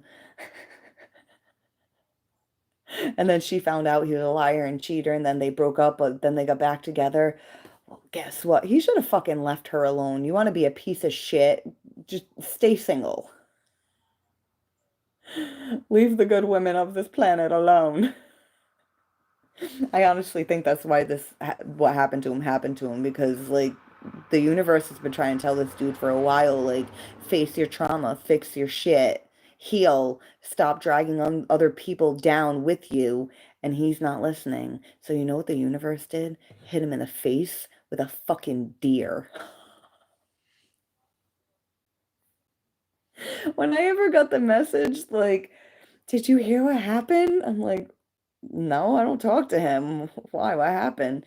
He got hit in the face with a deer. Like, what the fuck does that even mean? Fucking deer came through his windshield and hit him in the face. Like, didn't just hit his windshield, went through the windshield and hit him in the face. If that's not the universe trying to fucking tell you something, I don't know what is. Um, but yeah. I like the person that hit me up to tell me about it was laughing about it. I'm like, I don't want to laugh about this. This makes me feel like I'm gonna get hit in the face with a deer if I laugh about it. But then I'm just like,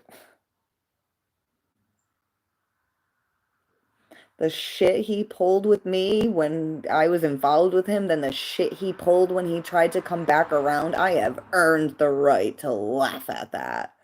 I think the universe wants me to laugh at it, right?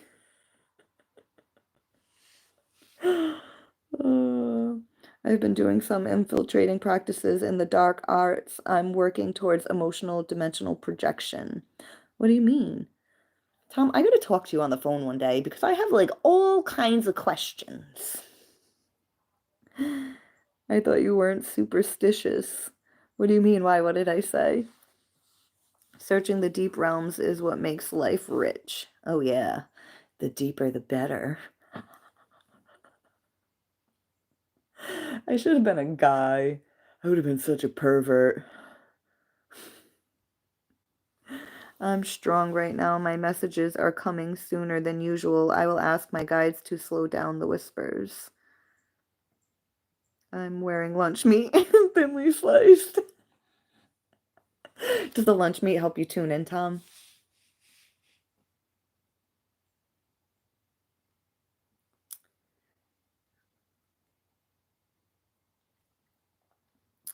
Hold on. Okay, hold on. I was reading comments further up in the chat, so now I'm getting back down to closer. Closer. Closer. Tell them I can burn things with my mind. He can. Oh my God. Oh my God. Friggin' dude, when Jenny ever hit me up and was like, I think Tom's voodoo doll worked. That guy's house burnt down. I was like, oh shit. Uh,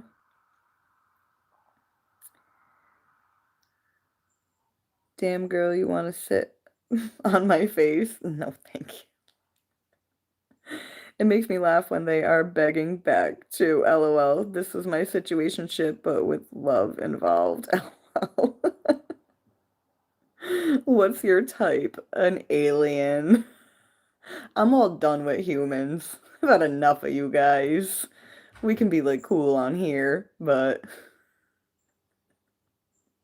am I from Philly? No. I could be though. Over there. I could be from over there. My daughter's father used to love I used to watch Mob Wives, and there was one of the girls that came on because they were from Long Island, right? Then there was one girl that came over from Philly onto the Long Island Mob Wives, and she would be like over there, over there. Her name was Natalie. My daughter's father used to have the biggest crush on her. When are you going to get up to Boston? Probably never. Yeah, that's what I feel it happened or it's happening with this guy. I can tell my intuition never fails and I don't want him back. Yeah, fuck him. Fuck him. Are you a good woman? No, no, I'm bad.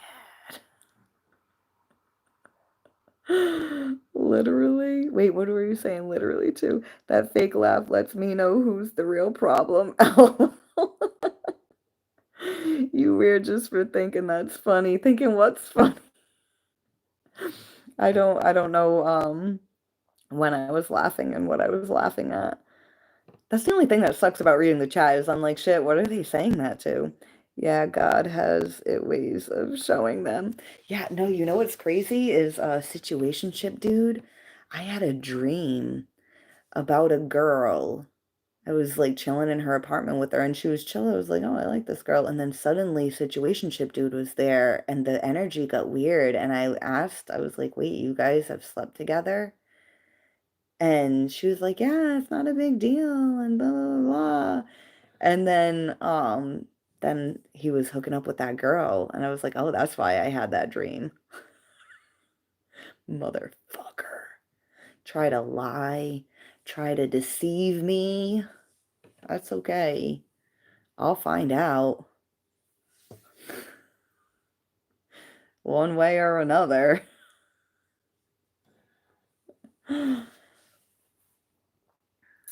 That means he got fucked up. Yeah, he got hit in the face with a deer. Oh wait, yeah, you're weird for thinking that's funny. Is that what you? Because I thought it was funny. Got hit in the face with a deer. It was just a weird way for the chick to put it when she hit me up. He got hit in the face with a deer. I'm just like, how does someone get hit in the face with a deer? Like I'm just picturing like the deer throwing itself at him, or like someone picking the deer up and hitting him with it. Or then I'm like thinking like, well, was it like a real deer? And then she like sent me like pictures, because I'm not friends with him on Facebook. She is. So she sent me screenshots of his face, the fucking deer in the truck, and I was like, oh shit. Damn. But you know what?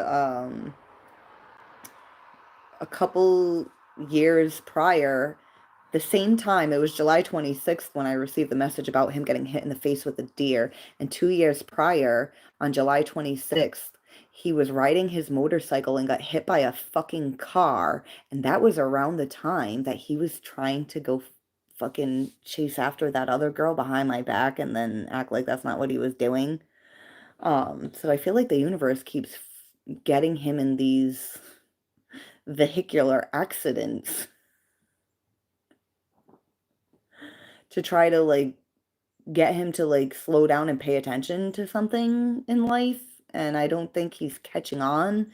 I mean, because you get in an accident and you think, well, what could this have to do with my life? Accidents happen. But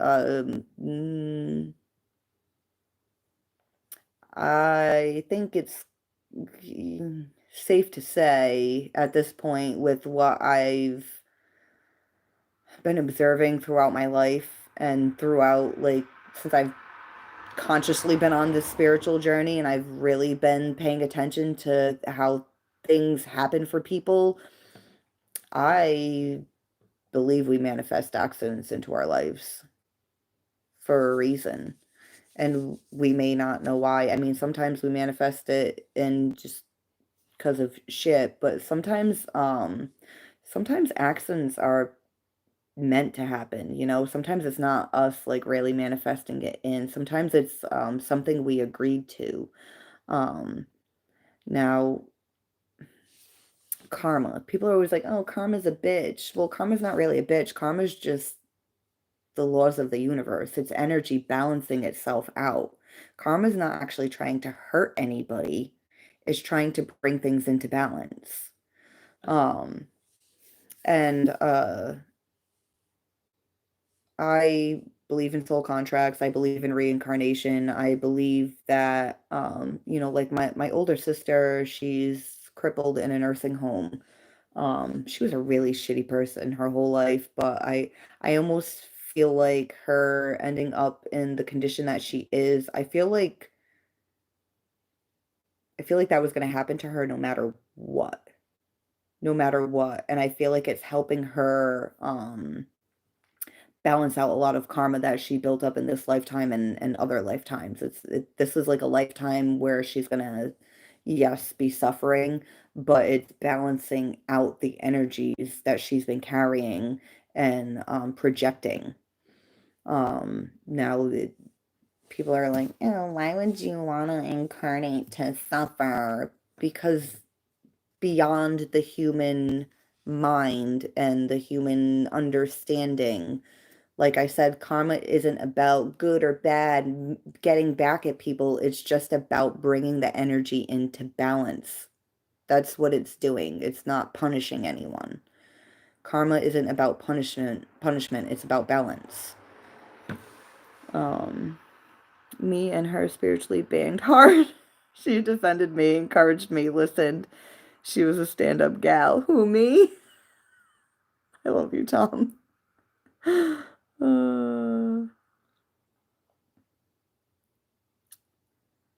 You get what you give out.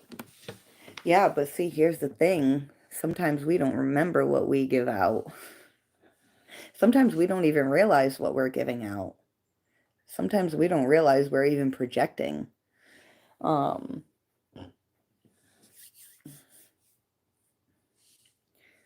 Anytime we feel triggered and we react from that trigger, we're projecting an initial wound that happened long before this current trigger.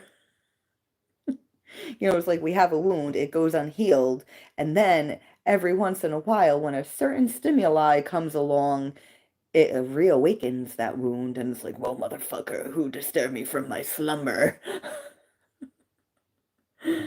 Um, But that's happening because like like how we can have like repetitive cycles and patterns, and it's like, why does this shitty thing happen to me all the time?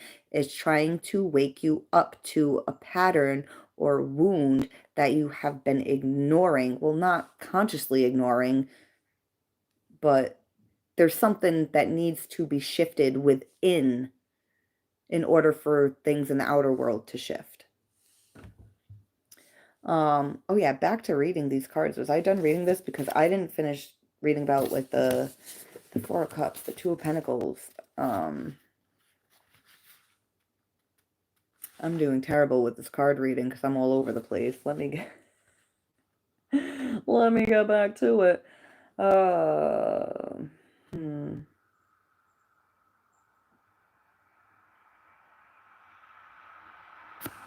All right, so there's something that's being revealed that they held back before. It's like, all right, so here's these Three of Cups, right?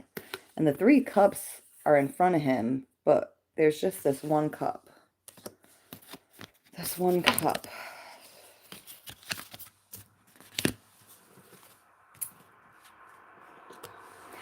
Four of Cups, it can be about like a missed opportunity, but this kind of feels like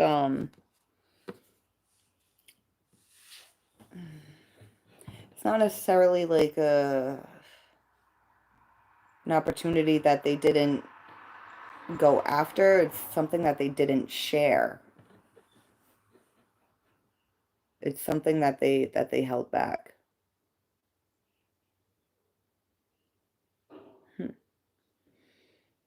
All right. Yeah, I guess I'm done there with that.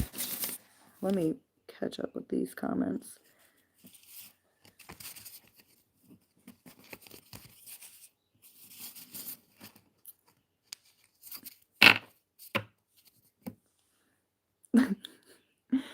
Ree, she's a nutcase. Who, me? I mean, I kind of am.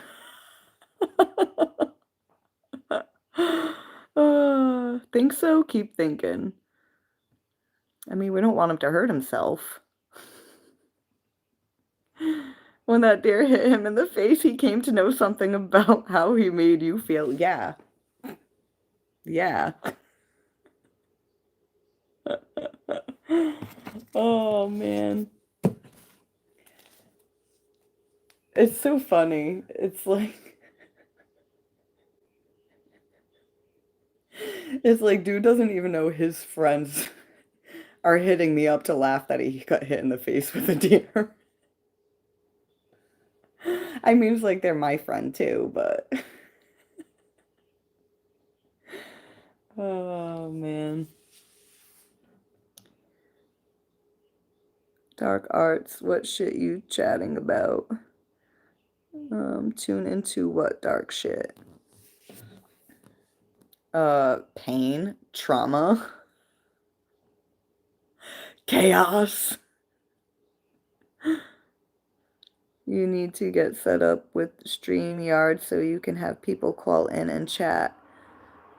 What's StreamYard? I think somebody was telling me about something else one night. It wasn't StreamYard though. I'm gonna have to remember to look into that. Like, I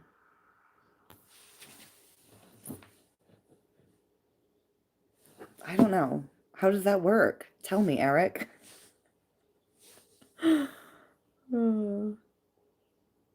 Closer, closer. You're fucking weird. I know. It's okay though. I mean, you're still here watching, so you must like it. Yeah, I'm focusing on myself. Yeah, me too. Me too. I got a lot. Got a lot of me to focus on. There's like 100 different people living inside my head. I gotta maintain all of them. Please, how can I make my video go viral on YouTube? Please tell me. I don't know. Do something viral.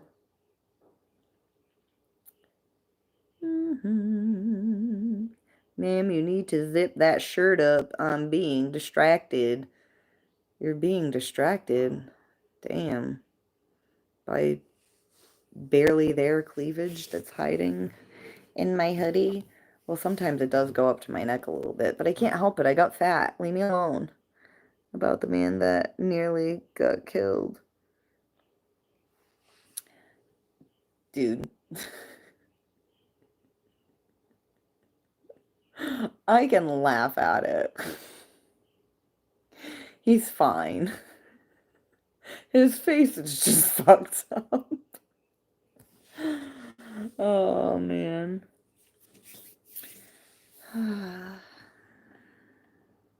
Yeah, I had a dream about him sleeping with two persons. See, these fucking guys, they think they can get shit past this. They don't know. And then they'll be like, you're crazy. I'm crazy? 'Cause I'm right? What's that song by Jesse Reyes? Shutter Island? My straitjacket's custom made, though. I'm crazy just like Galileo. You know, they said Galileo was crazy. I believe they even took him to court and tried to charge him, and he was right. They were like, don't tell people about the stars and the planets. You're a liar. Right, I think that's what they were calling him a liar about, but he was telling the truth, you know. Just like when we get like religious people that come in here and they're like, you're a liar. And it's like, just because you don't know yet doesn't make me a liar, you know?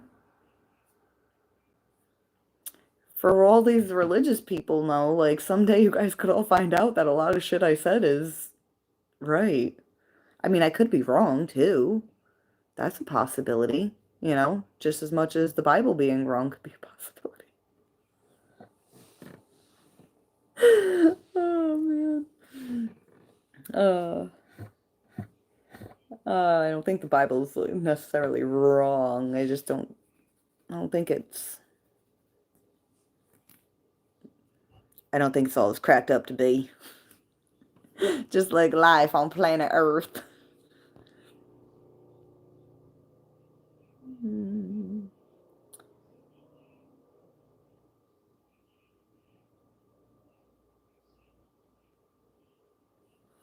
In the bulls, it is what? They don't learn. No, they don't fucking learn shit. They don't learn shit. Oh man. Yeah, it's so funny. When he came back around, and at first he's telling me like he has been thinking about me, he misses me and this and that, and I'm just like, I don't think your girlfriend would be comfortable with you being friends with someone that was in love with you that you used to sleep with, especially since I'm the one you fucking pushed aside to go chase after her. I don't think she'd feel comfortable with us being friends. And he was all, well, let me deal with that. Like, whoa, you're gonna tell your girlfriend too bad I'm gonna be friends with this female I used to fuck? What?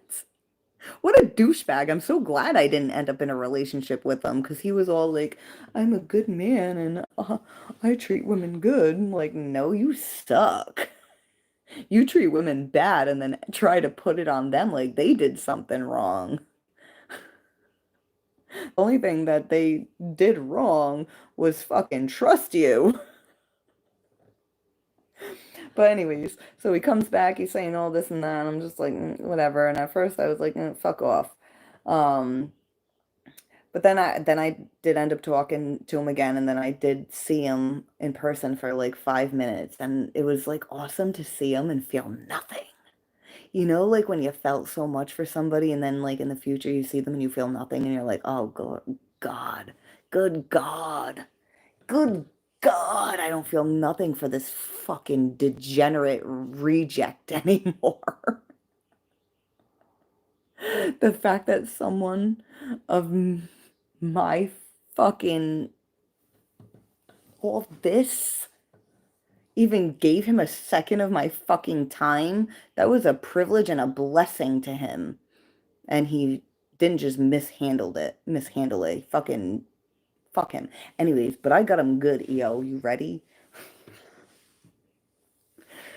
He when he started like making like comments about sex, I was like, well, at first I did kind of instigate it because I was just like, yeah, does your girl know that you missed this and you missed that? And I was like, fuck you. Like, so I instigated it by bringing that up in the first place. Um, but he was pretty much telling me, like, yeah, he did miss all of that. So then I'm like, wait, is he like trying to like, when I met this dude, he was going through a divorce, got cheated on by his ex-wife, and she was such a piece of shit and just a horrible liar and this and that. And so now I'm like, wait a minute, would this dude fuck me behind his girl's back after all the shit he talked about his ex-wife? Oh, he's not just trying to come back around and wants to be my friend so bad. He's trying to fuck me behind his girl's back. And I'm like, no, no, he's not. So I started instigating it to see if he was. I instigated it really bad. For anyone that is wants to spice up their love life a little bit. I'm not one to send like pornographic stuff of myself, but you know how like you can send people GIFs, GIF, like the little GIFs, like little mini video things? Well, did you know you can Google porn GIFs?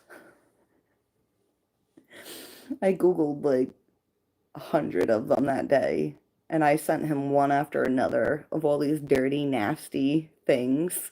And I was telling him I was gonna do all these things with him. He made fucking plans for me to come over his house after his kids were sleeping to do all these nasty things with him behind his girlfriend's back. I told him like it was gonna be like so loud, like we weren't even gonna be able to do it in his house, and so he was gonna meet me at the park down the street from his house. I told him I was gonna wait till my kid was sleeping. So he was like texting me all night, asking if she was sleeping yet. She's sleeping yet? She's sleeping yet?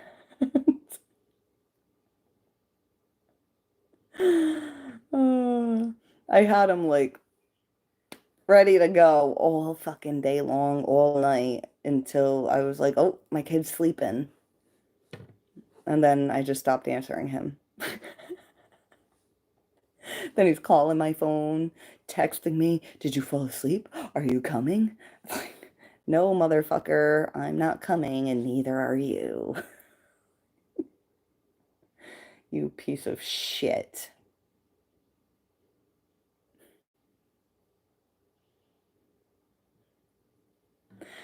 First of all,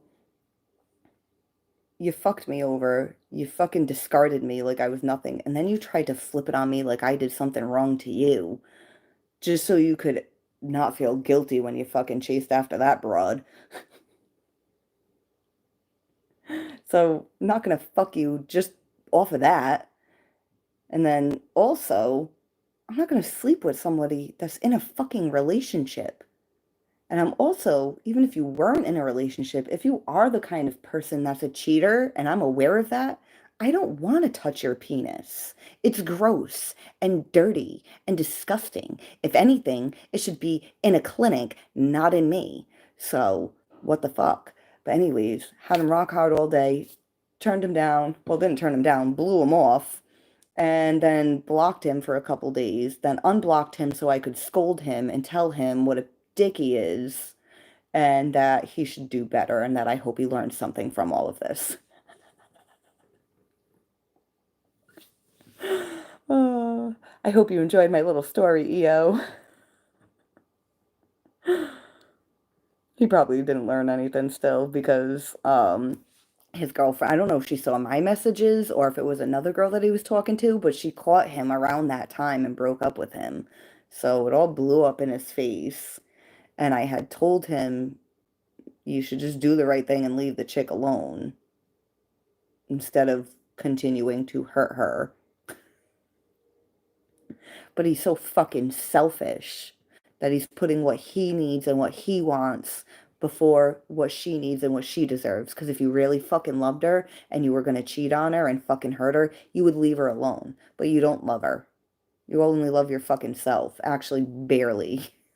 Barely even love your fucking self. Uh, Lenny, let them learn. Let them all fucking learn. Nothing is coincidence. No, it is not.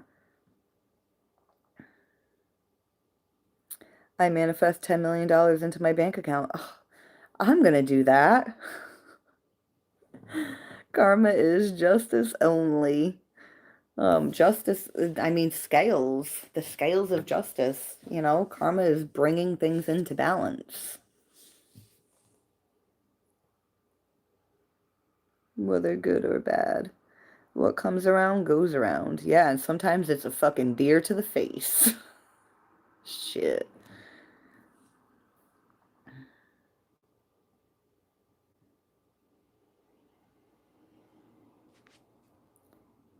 Her face after sees my comment. Wait, which comment?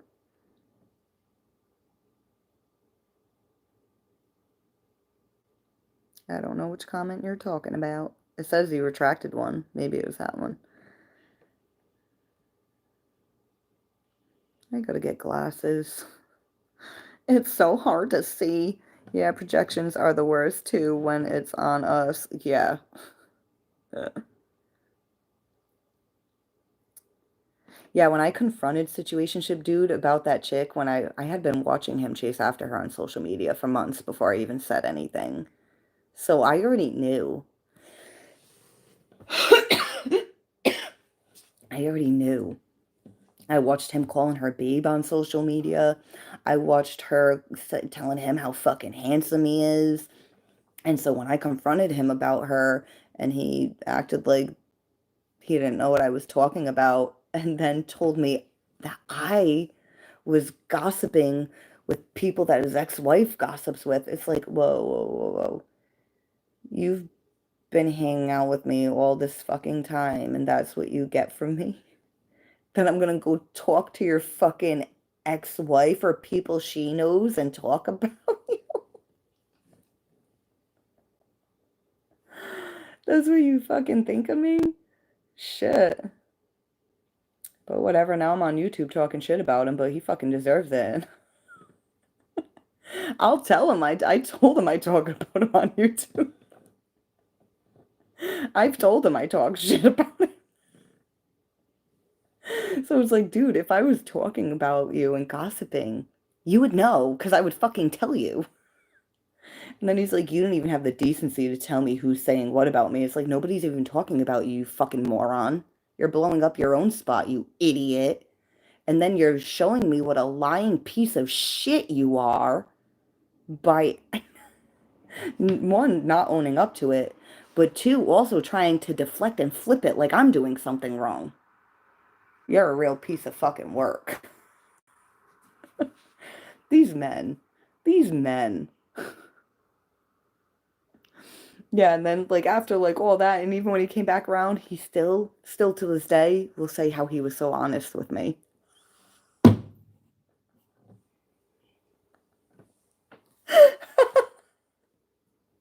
It's fucking hysterical. It's just like, wow. This is some of you fucking humans on this planet, man. You guys are just like, uh, uh, what's my channel about? Who fucking knows? Can somebody tell me? Does anyone know? Has anyone figured it out yet? Because I haven't. Are you woke? Maybe. I think we're all sleeping. I'm still wondering what they are hiding. I know there's something, but he won't just tell me. Motherfuckers.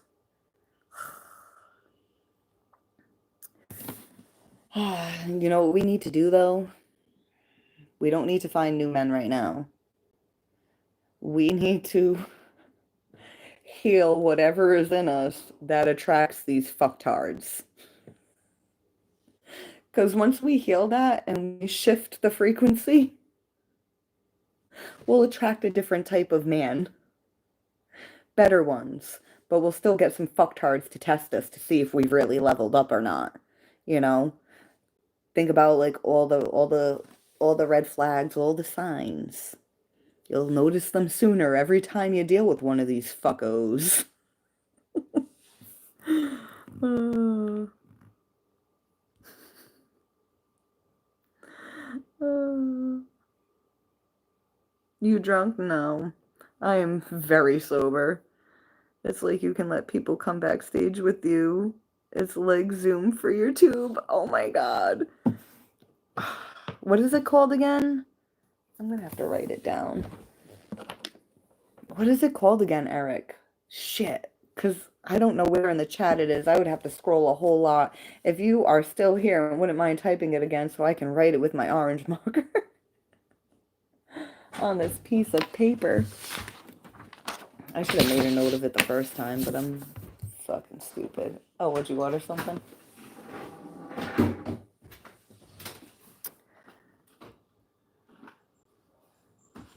Sneeze on people. That's viral.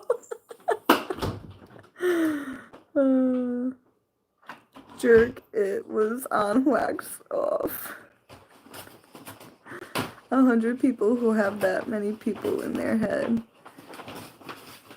Your boobies are hot. Why, thank you. Narc behavior. Yeah, narcissist.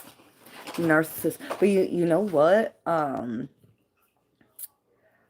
What I've learned about borderline personality disorder, like people with borderline personality disorder can be mistaken for narcissists when they split.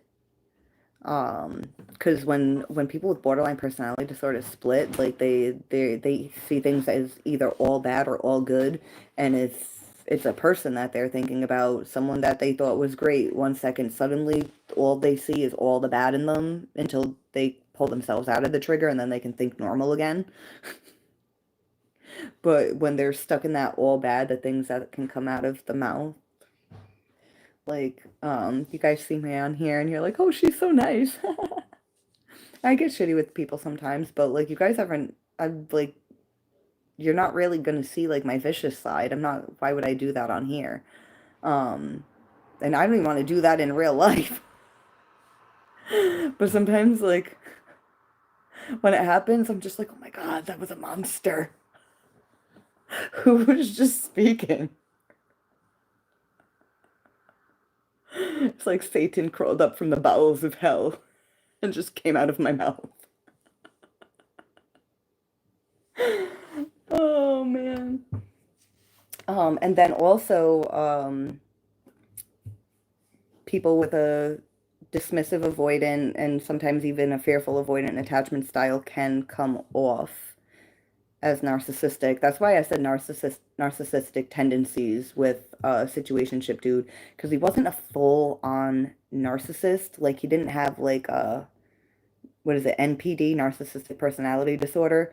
Um, there's just like everybody has a fucking narcissist in their head. The difference between an actual narcissist and regular people is we usually filter it out. We're usually like, oh no, that's a shitty thing to say, and no, I'm not better than anybody or everybody. A narcissist doesn't filter that stuff out. I was in the same situation. He was getting a divorce and he got one now, but also just wants to keep breadcrumbing and not really do the effort. I don't want that anymore. I'm ready for love. Yeah, I mean, he was, oh, relationships aren't for me. I getting divorced after being with someone for 14 years and she cheated on me. Like he was just this wounded baby bird and you know But it's like, dude, now if I was your ex-wife, I wouldn't have cheated on you. I would have just divorced you. But I get why she cheated on you, because you are something fucking special. And not for nothing, you probably cheated all over her and was asking her to fucking cheat on you for years. And she didn't just cheat on you, dude. she ended up in a long-term relationship with the dude she cheated on you with. So she wasn't just like, she went and what you weren't giving her, she found it somewhere else. And I'm not talking about sex. Um, so it's like you fucking helped destroy your marriage and you probably did worse things than she did. And then you turned around and played the victim instead of owning your shit. But yeah, I got the, oh, relationships aren't for me, and you deserve more than I can offer you. Um, and I'd be like, okay, well, if that's what it is, then we're not having sex. And then he would like maybe be open to something more, and then we'd have sex, and then he'd start shutting down again, and but then it's like, wait a minute, hold on. I'm watching you call this bitch babe, wanting to make plans to go on dates with her right on like social media, tagging her in a fucking concert you want to go to with her. Um, you never took me on a fucking date. Wait, hold on. I'm just the person you fuck? No. You got me. You fooled me. Good for you. You caught me in a vulnerable time when I had just ended a 7-year relationship and I had forgotten how stupid you fucking men are. That won't happen again. That won't happen again. I mean, but did it kind of with Phantom? No, because we never met. I mean, if we did, we probably would have slept together. But but there are a lot of conversations with Phantom that I've never could have with Situationship dude, and really they're conversations I really couldn't have with any other guy and not like feel like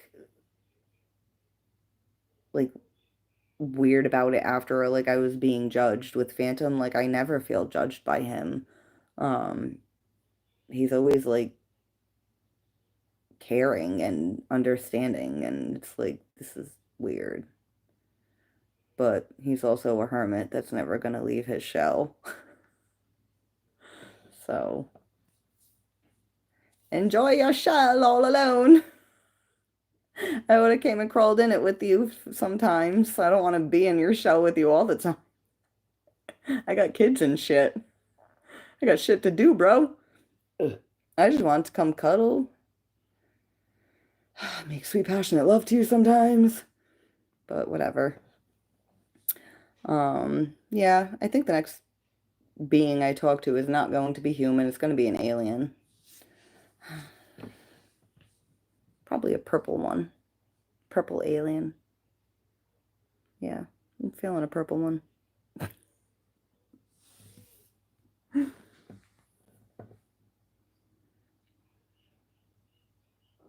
You can sleep with me.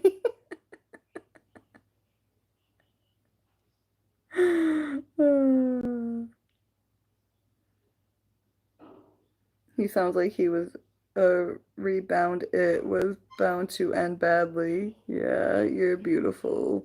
Thank you. Are they banging? Are who banging? You were talking, weren't you? No, thank you.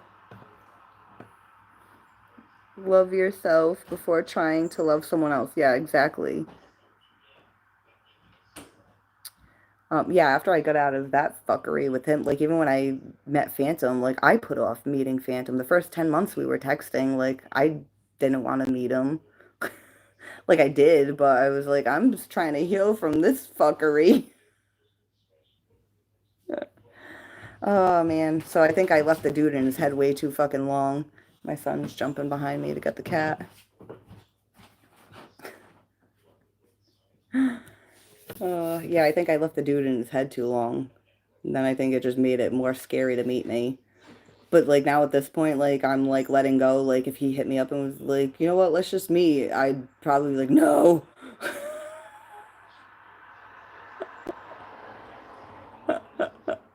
We're back at square one. Might take me another 10 months to feel comfortable with wanting to meet you again.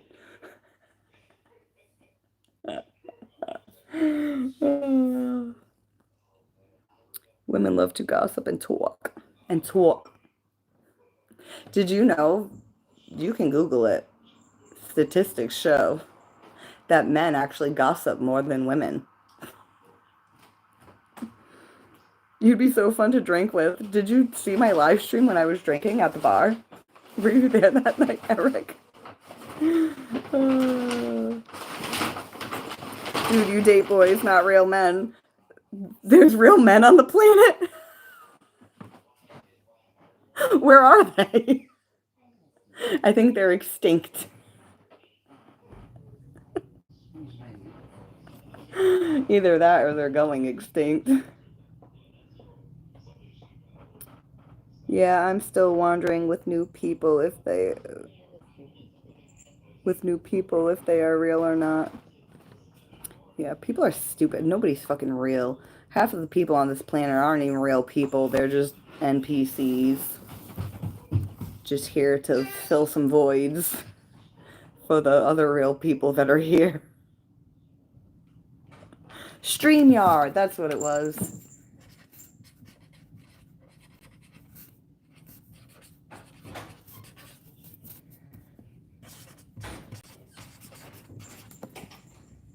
Yeah.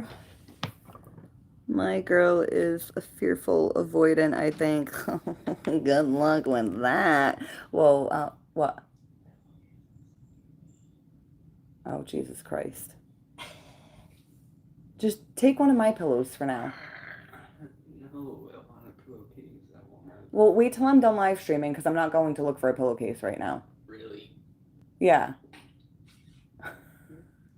Why not? Because I'm live streaming. What does that mean? I'm not getting up right now for anything. I got up to let you in. Wait, why? I'm not answering you anymore. I love you. Goodbye. I'm going to be off here shortly, so he's making fun of me because I'm like this. I'm pretty sure I have a pillowcase upstairs on my Reiki table, but it's like with the other laundry, so I'll go up and I'll get it after so you don't mess up all the laundry. Give me like 5-10 minutes. Go away or you can sleep with no pillowcase at all.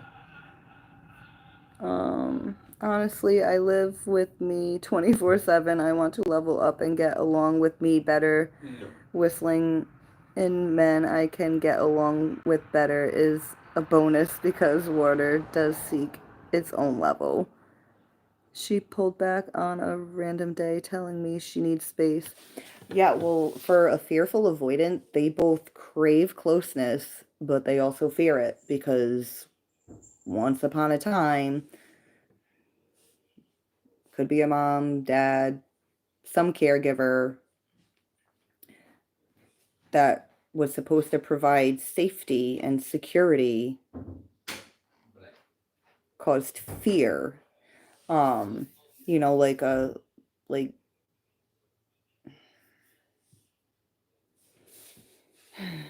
they could have been neglected emotionally, or physically, or mentally, or they could have been abused. So it's like when you have a caretaker who's supposed to be taking care of you, but they're also harming you. It's like, oh, okay, I'm supposed to be close to you, but once I get close to you, I need to move away because you're going to hurt me. It's a programming. You know, so if you try to force her to come out of her needing space, you're going to push her further away. So you need to allow her to have space.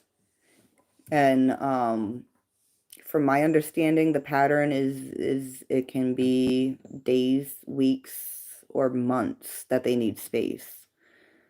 And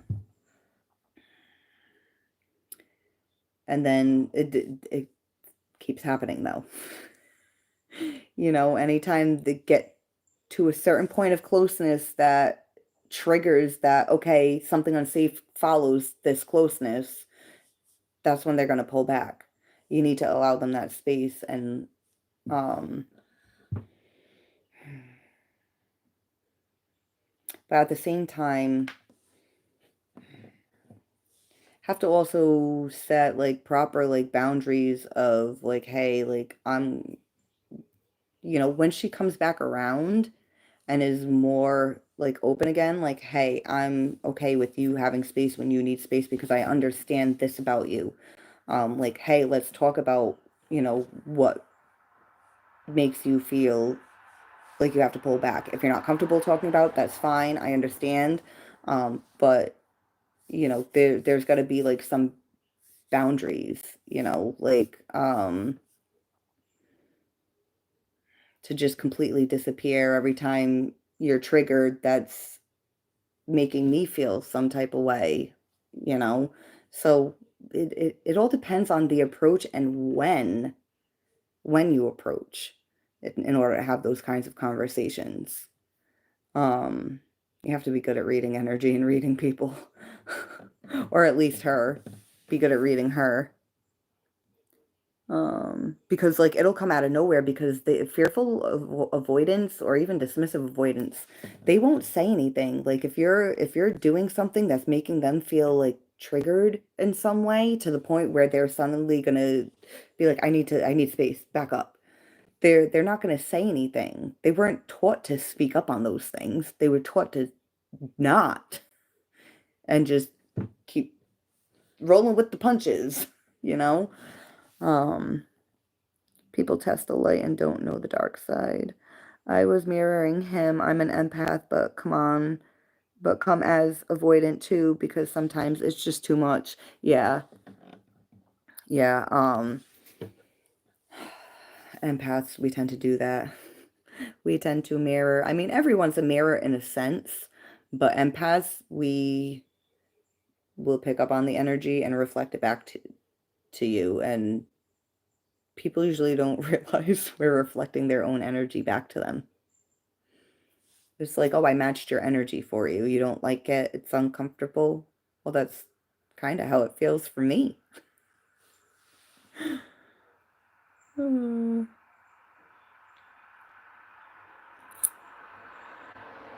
Do girls test you that how much love you got for her, or that will you fight for her after she pulls back? Wait, what do you mean?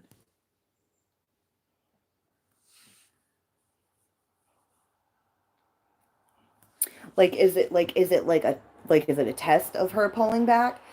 It could be like consciously, you know, like some people will be like, oh, I'm gonna pull back and like test them, see how they act. But for fearful avoidance, a lot of times, most cases, like it's just it's subconscious.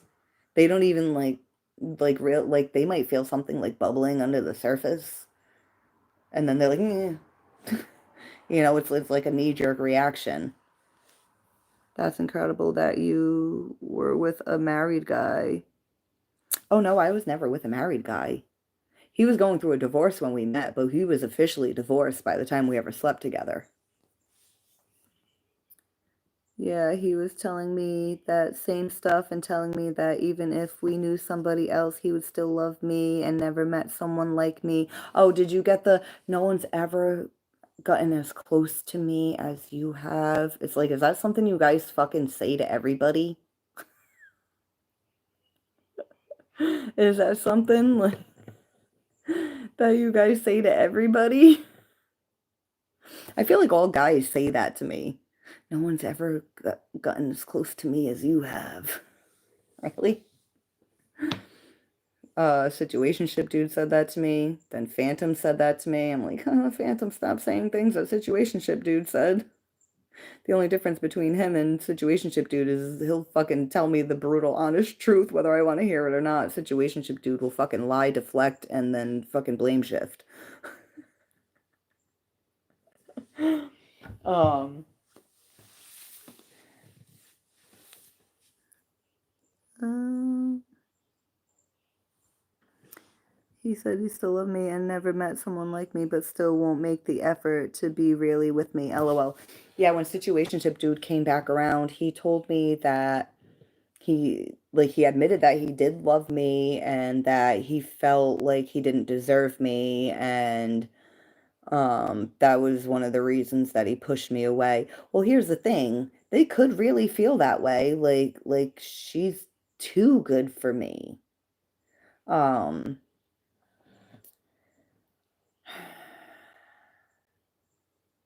they'll settle for something more superficial because it's easier for their system.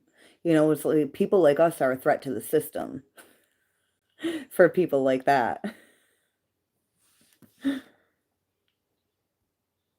I'm 22, my girl 20. You guys are still young, man. Oh man. You know, it's weird. It's like even when I was like fucking 12, like I was old for my age. Like when I was in the psych hospital when I was 12, like they thought I was 18. I was like, no, I'm just 12. Living the life of a traumatized adult, apparently. But even like now at 39, I'm like, oh man, I like knew so much back then, but still I didn't know shit compared to what I know now. And even now, I'm like, I don't know shit compared to what I'm gonna know in the future. Um, but you know what? Like, the connection with the fearful avoidant chick, whether you guys are going to be in a long-term relationship or it's going to work out or not, there's something for you to learn from it. There's something for her to learn from it because we learn from our connections with other people. You know, we learn about them, but we also learn about ourselves. Phantom is healing too. That I deserve the best and he knew he wasn't able to give me that. Yeah, see, Phantom I respect because see, Situationship dude, he would say like whatever he needed to in order to get what he wanted out of me. Phantom, he won't. Like he never tried to love bomb me. Like even I can't even say he breadcrumbs me. Like he's not trying to do anything other than like just be like a decent human being to me. And now I'm like, I fucking love you. Like, wait, you don't want to meet up with me and try and take advantage of me and have sex with me, even though you're super attracted to me and I'm super attracted to you? Are you sure? Like, what if I came and boned you right now? Like, you're not down? Like, oh, you would like that, but you're not going to do that? What? I've had people be like, he's got to be gay. I'm like, maybe he is. I don't know, but it's kind of weird that I met him on a dating app while he was looking for a female. If he's gay, I don't know. I think he's just scared of women in general. Especially someone like me. I must be terrifying. Uh, don't worry, Lenny. She got a dumbass concert. He got a deer in the face.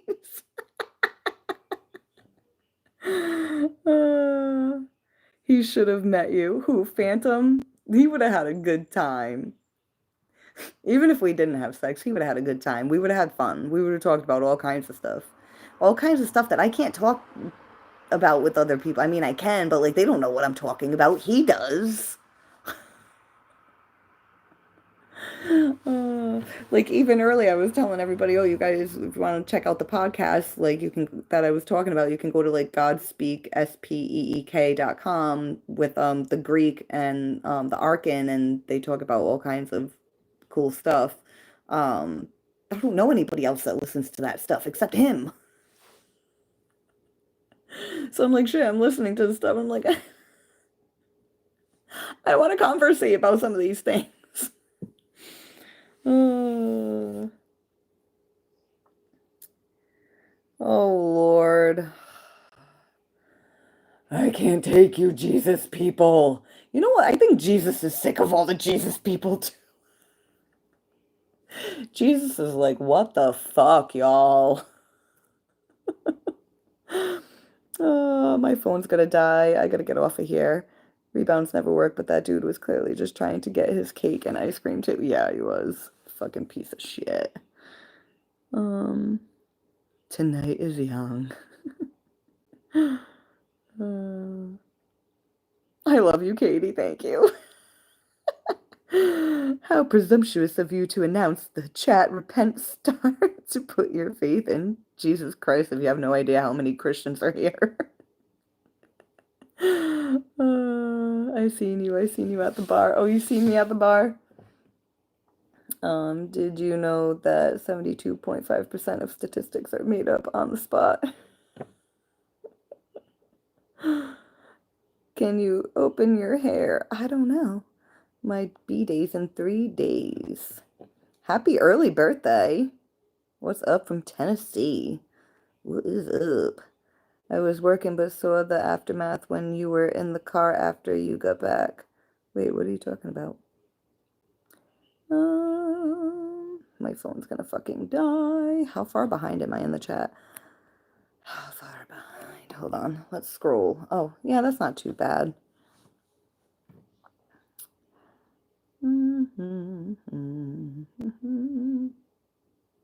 Show us your butthole. You show me your butthole. Say anything to get in your pants. Oh, yeah, they will. No, I'm old school. I don't communicate like that. It's weird to say no one has been as close to me like you. Girl, that's a fucking red flag because guys don't talk like that except someone who will. Say anything to get in your pants. You know what's weird though? Phantom said that shit to me. But I mean, Phantom's also a hermit that like I can't even get to like get on the phone with me. He'll like only text.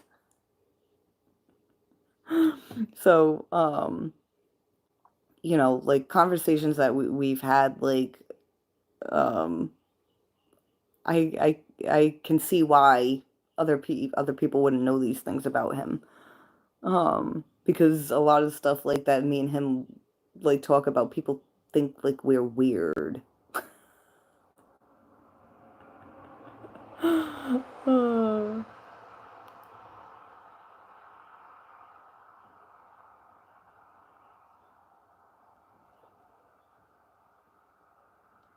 uh, I just know when they need time, I give them the time. I know that girls have faster hormone cycle than us males, and we humans can make mistakes, so let's not make every single mistake a chance of ending our relationship. Yeah.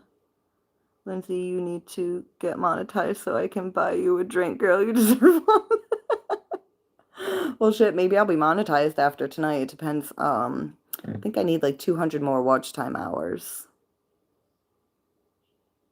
I like you because you have big boobs. I like me too because I have big boobs. They shrink when I lose weight, but I still like myself, just a little less though. Females are unpredictable. Yeah, that's because we're so emotional. Oh, yes, females indeed have hormone issues, but it seems that modern males won't understand that.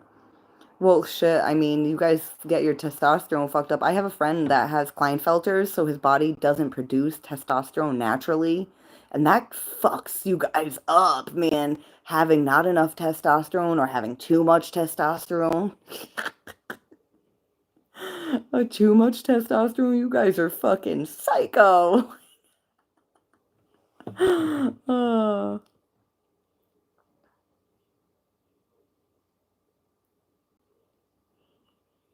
mm-mm, mm-mm, mm-mm.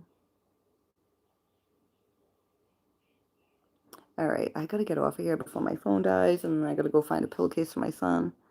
Phantom is suspect, trust me, I know. I know, but at the same time, no. Um,